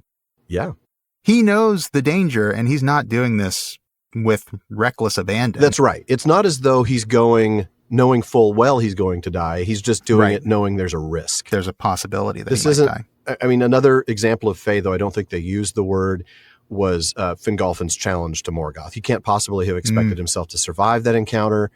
So you could say arguably that he was Fey when he was riding his horse there and, going to go smote on the brazen doors and all that and call him a coward. That's great, but that's Fey. That's a good point. That's a good point. And although I don't think that word is used in the Silmarillion, I assume you probably looked it up. I didn't actually. I just literally remembered that moment as somebody going to what he had to know was his death, as opposed to Aragorn in the Path of the Dead, where, it might happen that way, but I'm thinking that it might not. This is a gamble that could win us the entire war. Yeah. Now I'm curious if the word Fey is used, even if it's not in the Silmarillion. I wonder if it's used in the description of that battle in the Lay of Leithian. That's a very good point. We'll have to look that up. Should look into that for the P5. Excellent. But anyway, back to the text. Indeed. So now there are two more things for Sam to be unhappy about.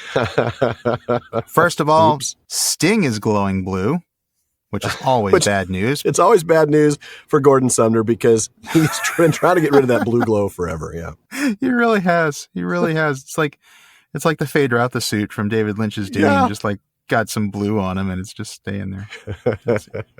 Insane, but I love that image in my head. I know, me too. But no, I mean, when Sting's glowing, that's always bad news because it means orcs are present, of course, because that's the Gondolin orc alarm. Exactly. It's a visual orc alarm, which is better, I suppose, than one that says, "Weep, weep, warning, orcs are nearby," That would not be a good thing to have when you're trying to secretly pass through a spider's lair.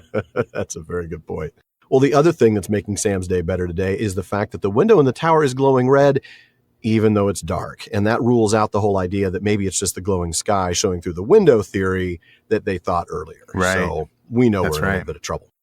That's right. And that's when Sam says to himself that there's orcs nearby, but also there's worse than orcs. Oh, yeah. I mean, we just got away from something that's worse than orcs. He knows that something worse than orcs. So it's almost like rock in a hard place, right? He knows it really is. Something's behind us that's worse than orcs. And looking up ahead, if I look at that red light and this blue sword, that means there's orcs ahead. That's why it's so easy for him to look at Frodo and realize he's making a mistake here, this false hope. It's very much rock in a hard place or out of the frying pan into the fire to take another one of Tolkien's chapter titles. That's right. I mean, this is not into safety in any way, shape, or form. It's just out of darkness, or at least out of the worst part of the darkness. But he proceeds to close his hand around the vial and puts it in his pocket. And I love this. It's like his habit to be secretive. So then Sam, and I love this reference, the idea that he's, back to his default way of being secret. He wraps his hand around the vial, which kind of makes his hand glow. And then he puts it in his pocket and draws his cloak around him, right? He knows that's the thing that will give him the most secrecy. Is that cloak. Yeah. And then he picks up the pace, but he's already 20 paces behind Frodo. He better pick up the pace a lot, which is a problem with his feet being all leaden and stuff from fear. Yeah. Before we move on, I want to spend another quick moment on this. Red with his own living blood, his hand shone for a moment. Yeah. That's really, I mean, obviously we've all done this, right? We've all put like a flashlight on our hand. Mm-hmm. Yeah. We've all seen our hand, our red innards inside of our hand. Yeah. But this is really interesting because, I mean, normally you do it because it's cool. Normally light is something that you want in a place like this. But as you're just saying, like Sam's trying to be secretive right now. Right. He probably doesn't want extra light. And we're even told it's revealing light, which he's trying to get rid of, right? That means it's going to be easier for him to be seen than for him to see something else. Yeah, just like carrying a flashlight is always going to reveal yourself to your enemy long before you see them with it. Exactly. So I just think that's very interesting that, he's covering it up and it's still kind of shining through his hand. But also the mention of his blood, which is something that Shelob would very much like to drink right now. Yes, she would. And I just think it's a fascinating turn of phrase that is. that's really cool that Tolkien uses here. It's a very strong visual, too, because like you said, It we've all is. experienced that. You put a flashlight or a torch, to use the British term, against your hand, and you can see the light through your flesh, and it's this glowing thing. Right. Yeah, that's how bright this light is. Mm-hmm. It's a very cool image. It really is. I'm going to have you pick up exactly where I left off, and this is the appearance of Shelob. Take it away, sir. Okay. Hardly had Sam hidden the light of the star glass when she came. A little way ahead and to his left, he saw suddenly, issuing from a black hole of shadow under the cliff, the most loathly shape that he had ever beheld, horrible beyond the horror of an evil dream. Most like a spider she was, but huger than the great hunting beasts, and more terrible than they because of the evil purpose in her remorseless eyes. Those same eyes that he had thought daunted and defeated, there they were lit with a fell light again, clustering in her outthrust head. Great horns she had, and behind her short, stalk-like neck was her huge, swollen body, a vast, bloated bag, swaying and sagging between her legs. Its great bulk was black, blotched with livid marks, but the belly underneath was pale and luminous, and gave forth a stench. Her legs were bent with great knobbed joints high above her back and hairs that stuck out like steel spines, and at each leg's end there was a claw. As soon as she had squeezed her soft, squelching body and its folded limbs out of the upper exit from her lair, she moved with a horrible speed, now running on her creaking legs, now making a sudden bound. She was between Sam and his master. Either she did not see Sam, or she avoided him for the moment as the bearer of the light, and fixed all her intent upon one prey, upon Frodo, bereft of his vial, running heedless up the path, unaware yet of his peril. Swiftly he ran, but Shelob was swifter. In a few leaps she would have him. Sam gasped and gathered all his remaining breath to shout. "Look out behind!" he yelled. "Look out, master! I'm—" But suddenly his cry was stifled. Oh, man. If you were waiting for the perfect time for the villain to appear, yeah, this is it, isn't it? This really is it. Yeah. Yeah. So just after he begins to follow after Frodo, he sees, forward and to his left, this nightmare shape. Worse than anything he could possibly imagine. Worse than even the most horrible dream. I mean, I've had some pretty horrible dreams. I've had some pretty disturbing dreams. Yeah. I mean, this is, again, just pure horror. Very Lovecraftian. Worse than the worst thing imaginable. We're told she's most like a spider. Interesting. Just another reminder, because she's not actually a spider. She's not just a giant spider. Right. She's something more than that. Mm. But as much as she is like a spider, she's even worse because of the evil in her eyes. Yeah, that intense Spider's just purpose. an animal. Right. You know, spider's not going to have this evil purpose. It's just following instinct, right? Exactly. But this is a being of pure evil. Yeah, absolutely. And of course, Sam thought they'd beaten those eyes, but now he sees they're filled with a fell light again. Oh, and then we get that description that just is a nightmare description. And I almost feel like those of you who are afraid of spiders, please skip this entire section. First, they got great horns, which I don't know about you, but I've not seen spiders with horns. I've seen spiders with little appendages, I suppose you'd call them, but actual horns? I don't know. Maybe I'm wrong. Probably am. I'm sure there's a spider with horns somewhere. Are these like, mandible horns or something? Like, is this coming out of the front of her face? Is kind of how I imagine this. Oh, see, I was thinking almost like devil horns or something. Spiky horns. Yeah, I mean, like Texas Longhorns. No, that would be funny, actually. They'd be like, "Oh, look at that silly spider over there." She's a UT fan. Who knew? Hook 'em horns. All right. That's right. Actually, no, I don't want that because that means she's coming here sometime, and I really don't want that. That's a very good point. No, you don't want that at all. We don't need Shelob in Austin. She could be the Thank new you very mascot, much. right? We need like a Shelob versus Bevo showdown. Oh my goodness! For people who don't know, Bevo is the cow mascot of the Longhorns. Yeah, I think Shelob would just eat Bevo. Yeah, I think so. In one bite, probably. So not only do you have these great horns, which are really a mystery to us, you've got this little short neck and this huge swollen body that's described as a vast bloated bag. That's just the most disgusting thing. I mean, that is gross. That's disgusting. And if that's not disgusting enough, it's black, but it's blotched with these livid marks. Now, remember, we've talked about livid before. That's a dark bluish gray. So that's fun. I mean, ew. Yeah. And then to top it all off, we get this pale and luminous belly that stank. Oh, Now, that's good. That's a real winner right there. It's not just glowing, it stinks too. Yeah, it's not just a pale belly, because I think you and I can sympathize with that, but it's luminous and it stinks, which I'd like to think both of us can avoid. Yeah. Well, first of all, my belly has never glowed, so that's good to know. I don't think, at least. Oh my goodness. This is interesting, though. I don't remember picking up on the fact that Shelob's belly is actually luminous until this reading. And I had to look into this a little bit just because, I mean, this is some kind of bioluminescence, right? Yeah, it's got to be. And I know Shelob, she's not really an animal, right? She's an evil thing in spider form, but I did look into it a little bit. And in animals, bioluminescence is either usually an offensive characteristic for a predator or a defensive characteristic for prey. I mean, it can be both. But Shelob is pretty much the apex predator around here. So I'm assuming this is an offensive characteristic she's got. Oh, of course. Maybe it's something she's got to lure or confuse her prey. I mean, I certainly don't think she needs a flashlight. No, probably not. But yeah, this is just, it's interesting because I think that probably is the purpose of this, is to lure or confuse. And it would certainly have that effect on me. My gosh, man. That's a horrible thing to see. That is a terrifying thing to see. Absolutely. I mean, just, ugh. And more, it just goes on, right? She's got these bent legs with knob joints above her back. Of course, imagine a spider with these knob joints high above its body. Hairs like steel spines. Yeah. So they're thick, heavy, and then claws at the end of each leg. I mean, this is a really creepy description. It's gross. Everything about it is wrong. Yes. You know, it is spider-like, but it's just so much worse than a regular spider. Yeah, it really Even is. so much worse than a giant spider. It's horrible. Yeah, I don't want to see a giant spider, but I'd be okay with a giant spider in comparison to this.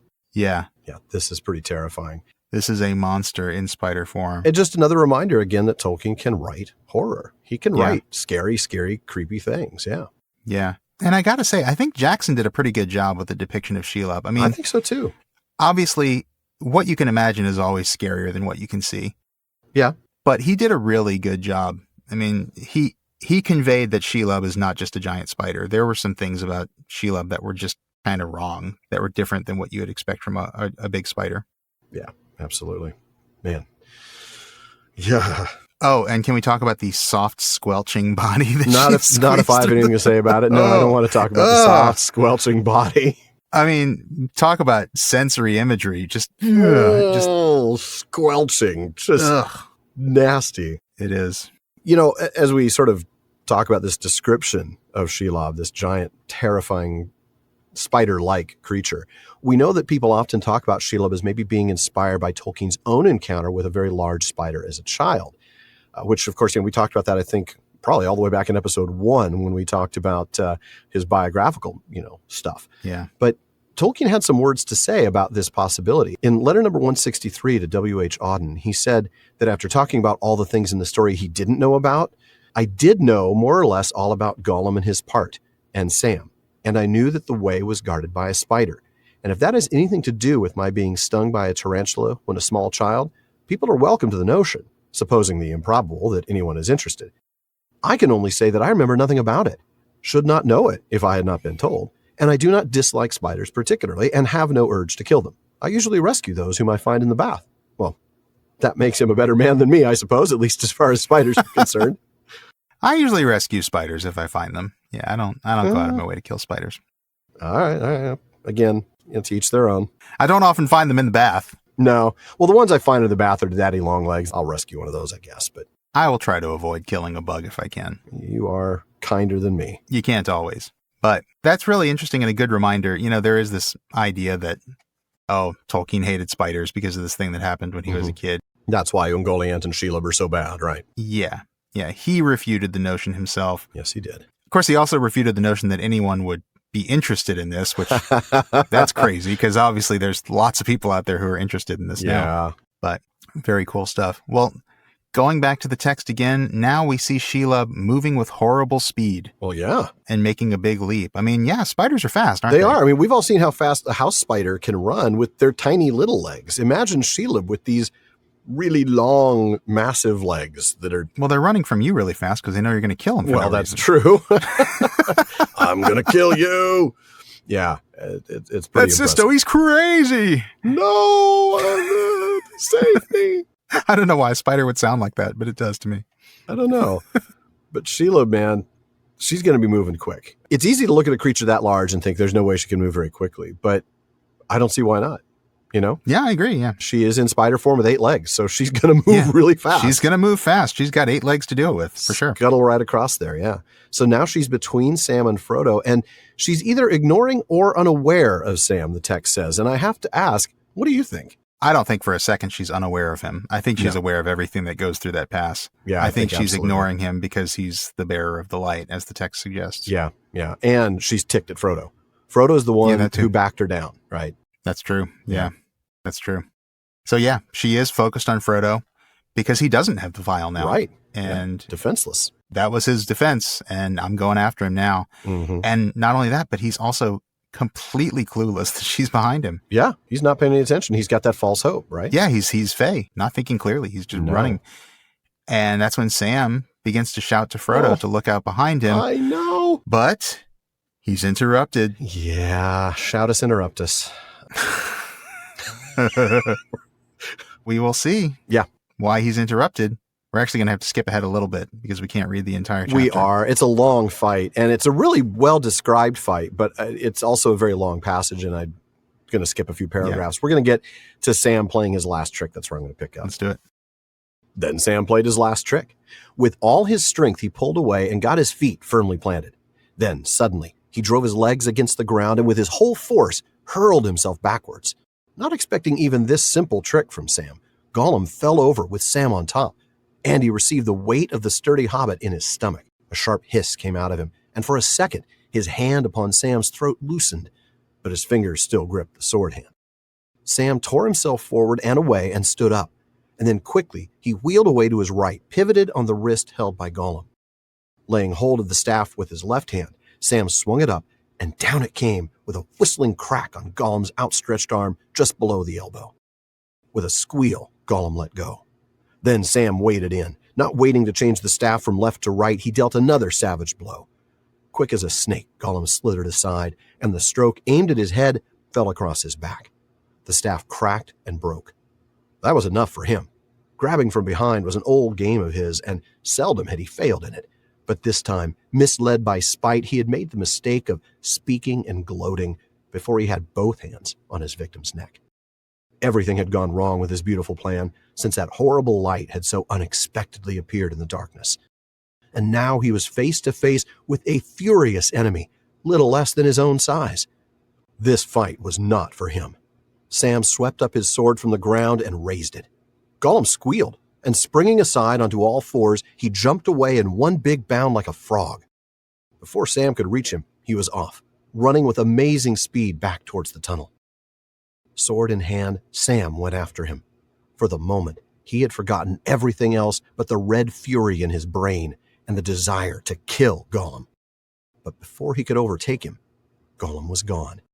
Then, as the dark hole stood before him and the stench came out to meet him, like a clap of thunder, the thought of Frodo and the monster smote upon Sam's mind. He spun round and rushed wildly up the path, calling and calling his master's name. He was too late. So far, Gollum's plot had succeeded. Man. Ladies and gentlemen, let's get ready to rumble.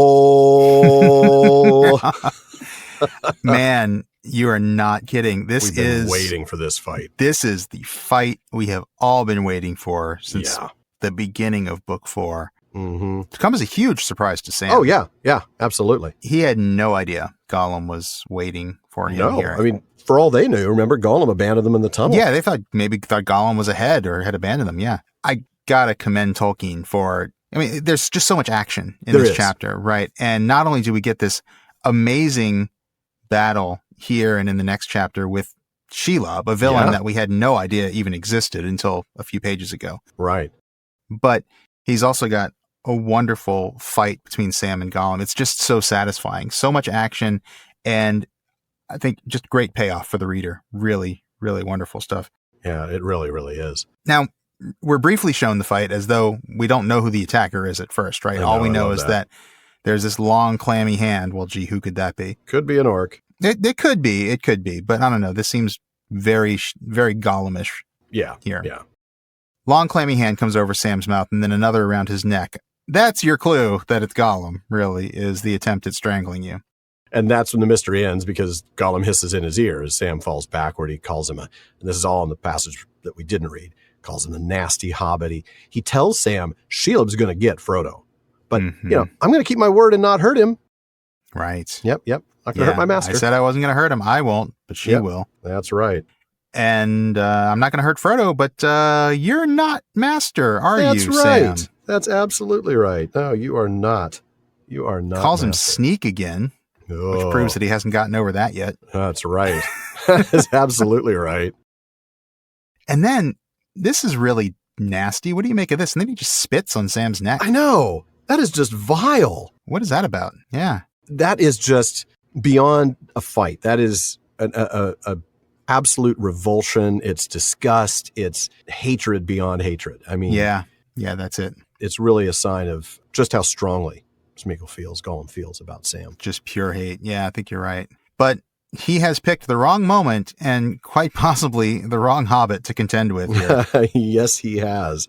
That is absolutely right. Sam is fueled by two things here, right? Treachery, number one, not just of Gollum attacking him, but the fact that they were lured and trapped in Shelob's lair by him, but also by the fact that Frodo is in danger and Gollum's attack is delaying him from taking care of Frodo. Oh, yeah. You do not want to get between him and Frodo when he wants to go help Frodo. Absolutely not. And so he responds in a way that even Gollum could not have even guessed was possible. And he wouldn't have, because he thinks of Sam as a slow, stupid hobbit. Sam twists at least as quickly and as fiercely as Gollum could have done.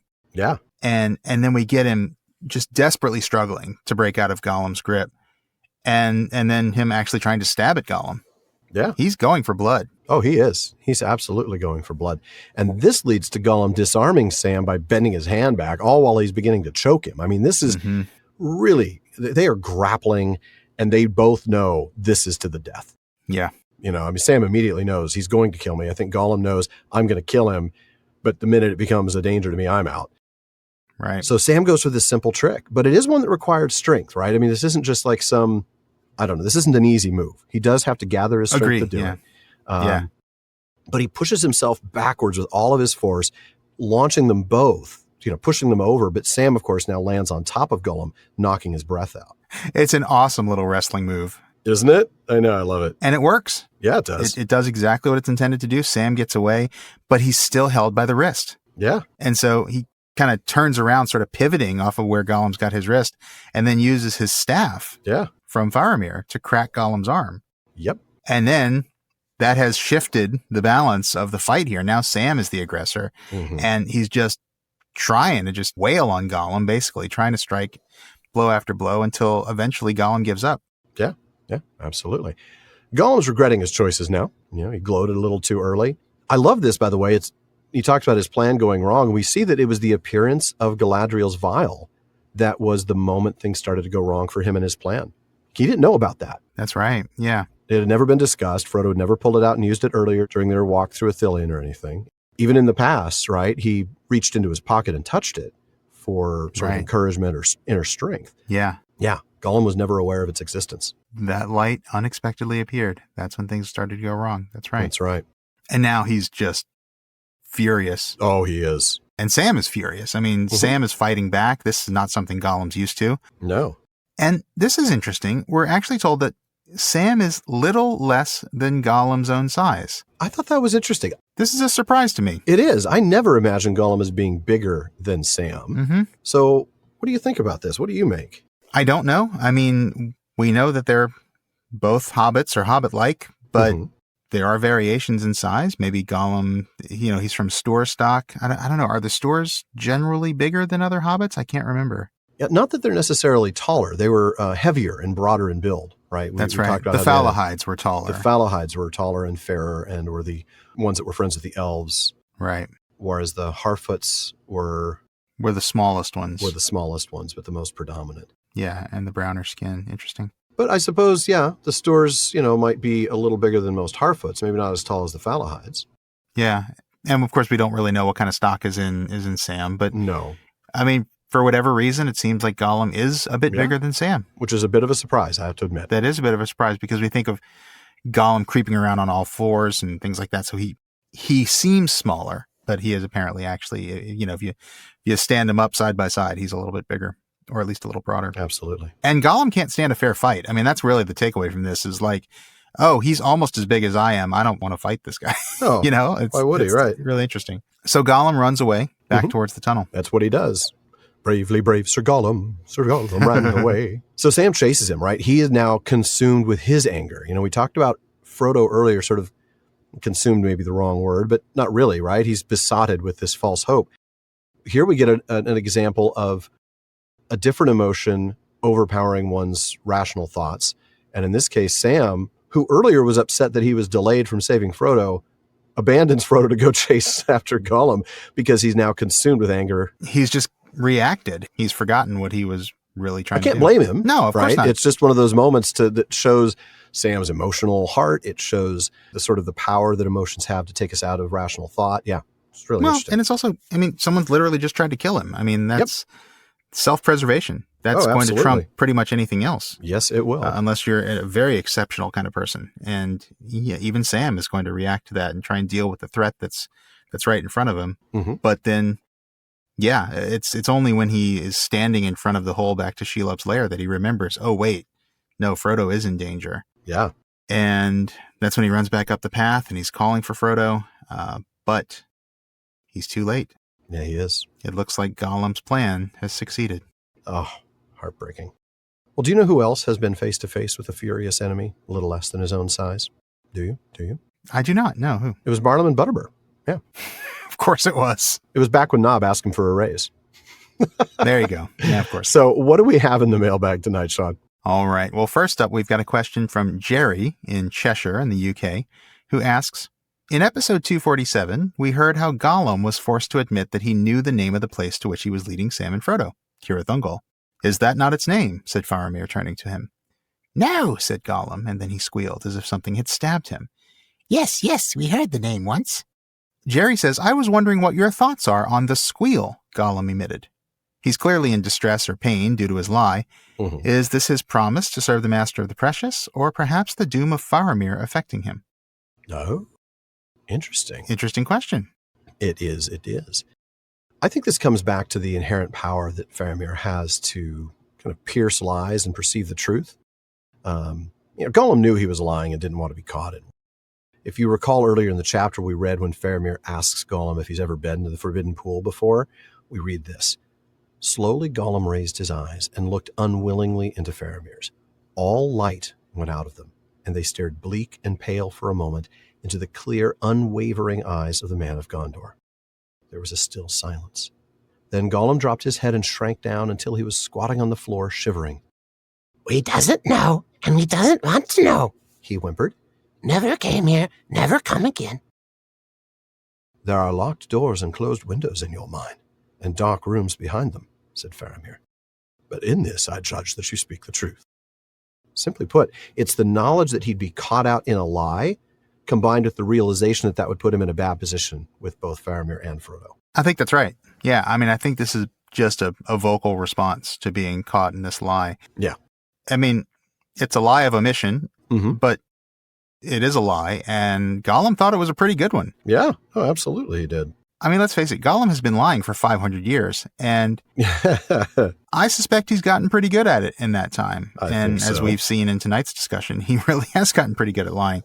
But Faramir saw right through him. Yeah, and I think Gollum is a bit shocked. Mm-hmm. And I think we're seeing a bit of that shock and some disappointment, maybe a little frustration that he's been caught out in what he thought was a pretty darn good lie. Well, he's pretty good at lying, but, he's usually lying to orcs, exactly. Shelob, Sauron. Yeah.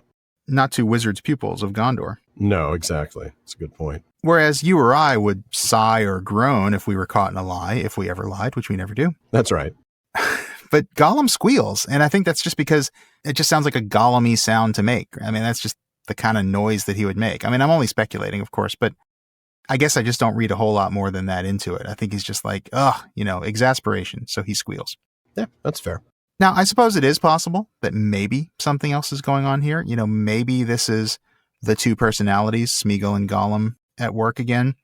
Mm-hmm. Maybe this is Smeagol taking the body for a moment and squealing in response to Gollum's lying, kind of an internal response of shock at what his other half has done, but that's a maybe. I mean, I don't think we have any real evidence for that. Mhm. And I really do think that that's not really needed to explain it. I think No. it's just that feeling of knowing he's been caught, and maybe the fact that the people who've caught him lying are heavily armed. I think that's a good point. Yeah, absolutely. That would do it too. Put him Yeah, in a it bad would. position with these guys who have big weapons. Uh-huh. So that's my thought on that one. Okay. Good question, though. Do we have time for one more? I believe we do. Stephen S. in Bel Air, Maryland asks, is the ring's technological or craft makeup anything akin to a conduit, not unlike a palantír? To some extent, the answer has to be a partial yes, he says, since the ring bearer, once the ring was worn, seemed to attract the wraiths like a beacon and maybe even came to the attention of Sauron himself. Thus, it seems to possess characteristics of being a conduit to Sauron. If the ring is a conduit from Sauron, or wraiths by proxy, then the immediate will of Sauron or the wraiths might be able, if the ring were so programmed, to alter or reprogram the ring's behavior in the immediate moment to best take advantage of the particular ring bearer's weaknesses. He goes on to say that in many ways the ring puts the ring bearer under a trance or spell, slowly robbing the ring bearer of their free will. Then he goes on to talk about Glaurung. This is interesting. He says, the trance by Glaurung of Nienor comes to mind. Her trance was controlled at a distance by Glaurung. How else could he release the trance at the critical moment to cause her ultimate despair? While there was no use of a ring, the notion of evil's control of the moment over an unwitting subject through some means of remote channeling is firmly established. In this interpretation, the Ring of Power, while not sentient, is more than a mere automaton of pre-programmed evil will. It actually provides the means for Sauron to exert some level of remote influence over the actions of the ring bearer. Does this interpretation seem plausible to you, he asks. Maybe some bits and pieces. What do you think? That's an interesting question, Stephen. Some interesting ideas there. I know, Alan, you've got some thoughts on the Glaurung and Nienor similarity and or difference, so I'll let you talk about that in a moment. I guess we need to start by doing a little speculation on whether the ring actually is a conduit for Sauron or the ring wraiths by proxy, or is it something else? All I can think of is Raiders of the Lost Ark. It's a transmitter, a radio for speaking to God. Or Sauron. Well, right, in this case, yeah. So I'm not really sure if it is a transmitter or a conduit to Sauron, really. I mean, if it were, you'd think we'd see some kind of connection between Frodo and Sauron, similar to what we see between Pippin and Sauron during the incident with the palantír, which the palantír is very much a conduit. Oh, right? yeah, absolutely. That's our control for what a conduit looks like. But we don't really see that kind of interaction between Frodo and Sauron. No. We don't see Frodo having a vision of Sauron's forces from the ring. We don't see a presence inside his head trying to break through with Osanwe like Pippin experiences. Right. We don't get any kind of direct message the way Sauron sends a direct message to Pippin. Sauron's not slipping into his DMs. No. No, thank goodness. When you said direct message, that's all I can think of. Man, I don't want that. Wow. No. No, you really don't. These, I think, would all be signs of a conduit to Sauron, which Stephen rightly observes with his reference to the palantír. Agreed. And I dare say this might be another place where maybe Peter Jackson's movies Yes, I was thinking the same kind thing. of influenced us a bit. You know, the films have a lot of those quick cuts to Sauron's eye and the I see you and all that stuff. Oh, come on, you got to do it right. I see you. There's all that stuff that suggests that there's a kind of conduit between the two. But in the book, I don't think we really see that. I think the ring is something very different from that. I think rather than establishing a link to Sauron, I think the ring is more like a beacon, as Stephen put it. I think Sauron and the ring wraiths can detect the ring's presence, and that's why its presence attracts their attention. It's not a matter of a two-way channel between them. Right. I think there is a distinction to be made here between conduit and beacon or magnet or attractor, because I think that's sort of the role that it plays, magnet, if you will. Yeah, I think I'd line up more of it being in that nature than a conduit. I'm also not sure if it's the ring itself that puts the bearer under a trance or a spell. I mean, I hear the idea, it sounds right, it fits a little bit, but I think what happens is more that the bearer's nature, especially we're talking about mortals, right? Because this was a ring that Sauron wore, so it's different. But when a mortal wears that, as Gandalf explains in The Shadow of the Past, it changes not so much a trance or a spell, it changes the way that mortal behaves. It changes their nature, really, because now they become less and less mortal. And that ends up causing them to act in a particular manner. But I have to say that's far from universal, right? Demonstrated by Bilbo and Frodo, they acted differently than Smeagol did. That's right, yeah. Bilbo had it for a long enough time that if it's going to put him under a trance or a spell, it would have done so. And even Frodo, because remember, he's now had it for 17 plus years. You know, it's not changed him, but it certainly would have changed Smeagol in that amount of time. Yeah, for sure. I do want to touch on the Glaurung thing. You mentioned that. I had some thoughts on that. Glaurung's trance over Nienor was not remotely removed. I wanted to touch on that. It was not something that, needed a conduit. He was right there. He didn't just flip a switch at a certain point. Yeah. Yeah, he was right there in front of her. It happened as Glaurung lay dying. And frankly, I just wanted a chance to read a passage in Glaurung's voice. Thereat, Glaurung stirred for the last time ere he died, and he spoke with his last breath, saying, Hail, Nienor, daughter of Urin. We meet again ere the end. I give thee joy that thou hast found thy brother at last. And now thou shalt know him, a stabber in the dark, treacherous to foes, faithless to friends, and a curse unto his kin, Turin, son of Urin. But the worst of all his deeds thou shalt feel in thyself.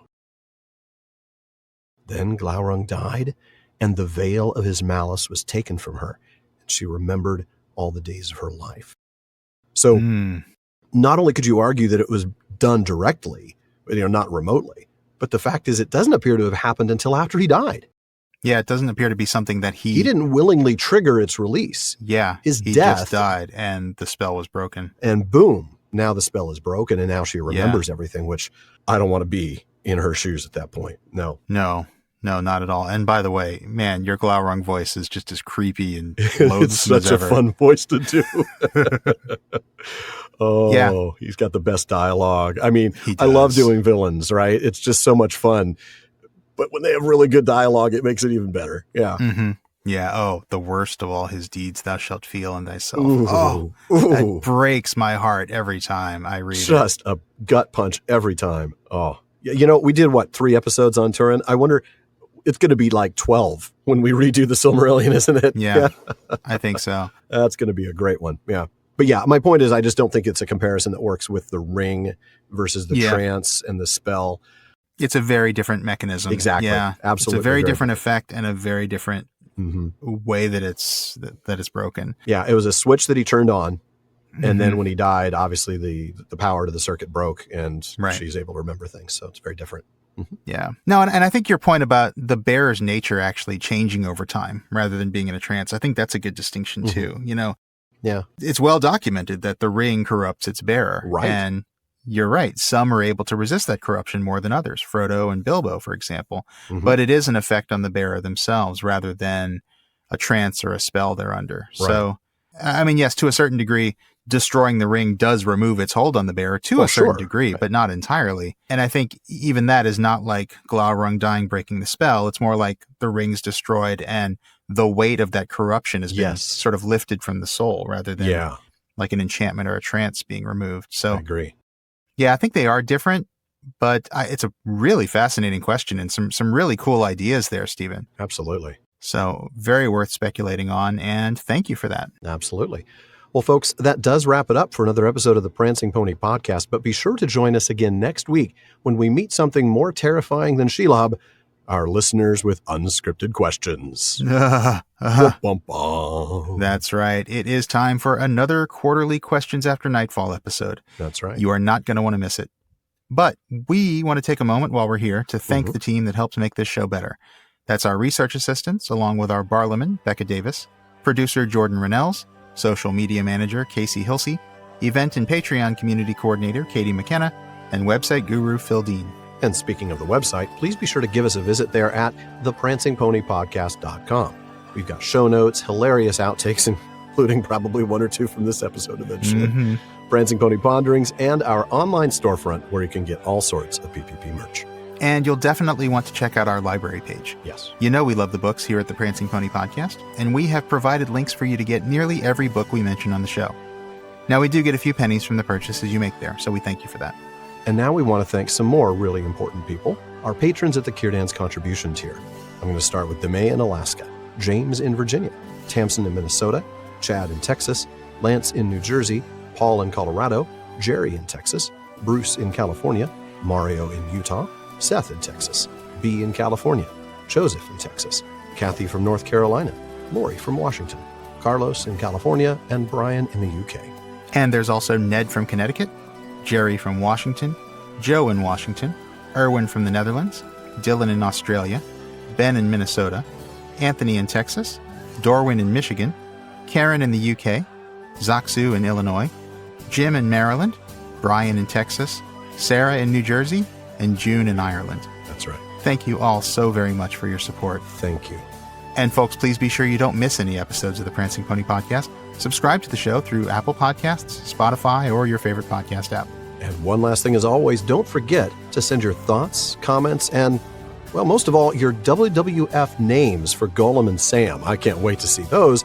To Barliman at theprancingponypodcast.com. Should be fun. And folks, if you want a chance to have your actual voice heard, you can send us audio of you asking your question by visiting podinbox.com/prancingponypod and record your question for us. Just please make sure to still send the question to Barliman for us. Just helps with the record keeping. Mm-hmm. Now, Barliman's a lot more reliable lately, but we do get a lot of mail, so we'll get to you as soon as we can, and your question or comment may be featured on a future episode. But as always, this has been far too short a time to spend among such excellent and admirable listeners. But until next time. Farewell, friends.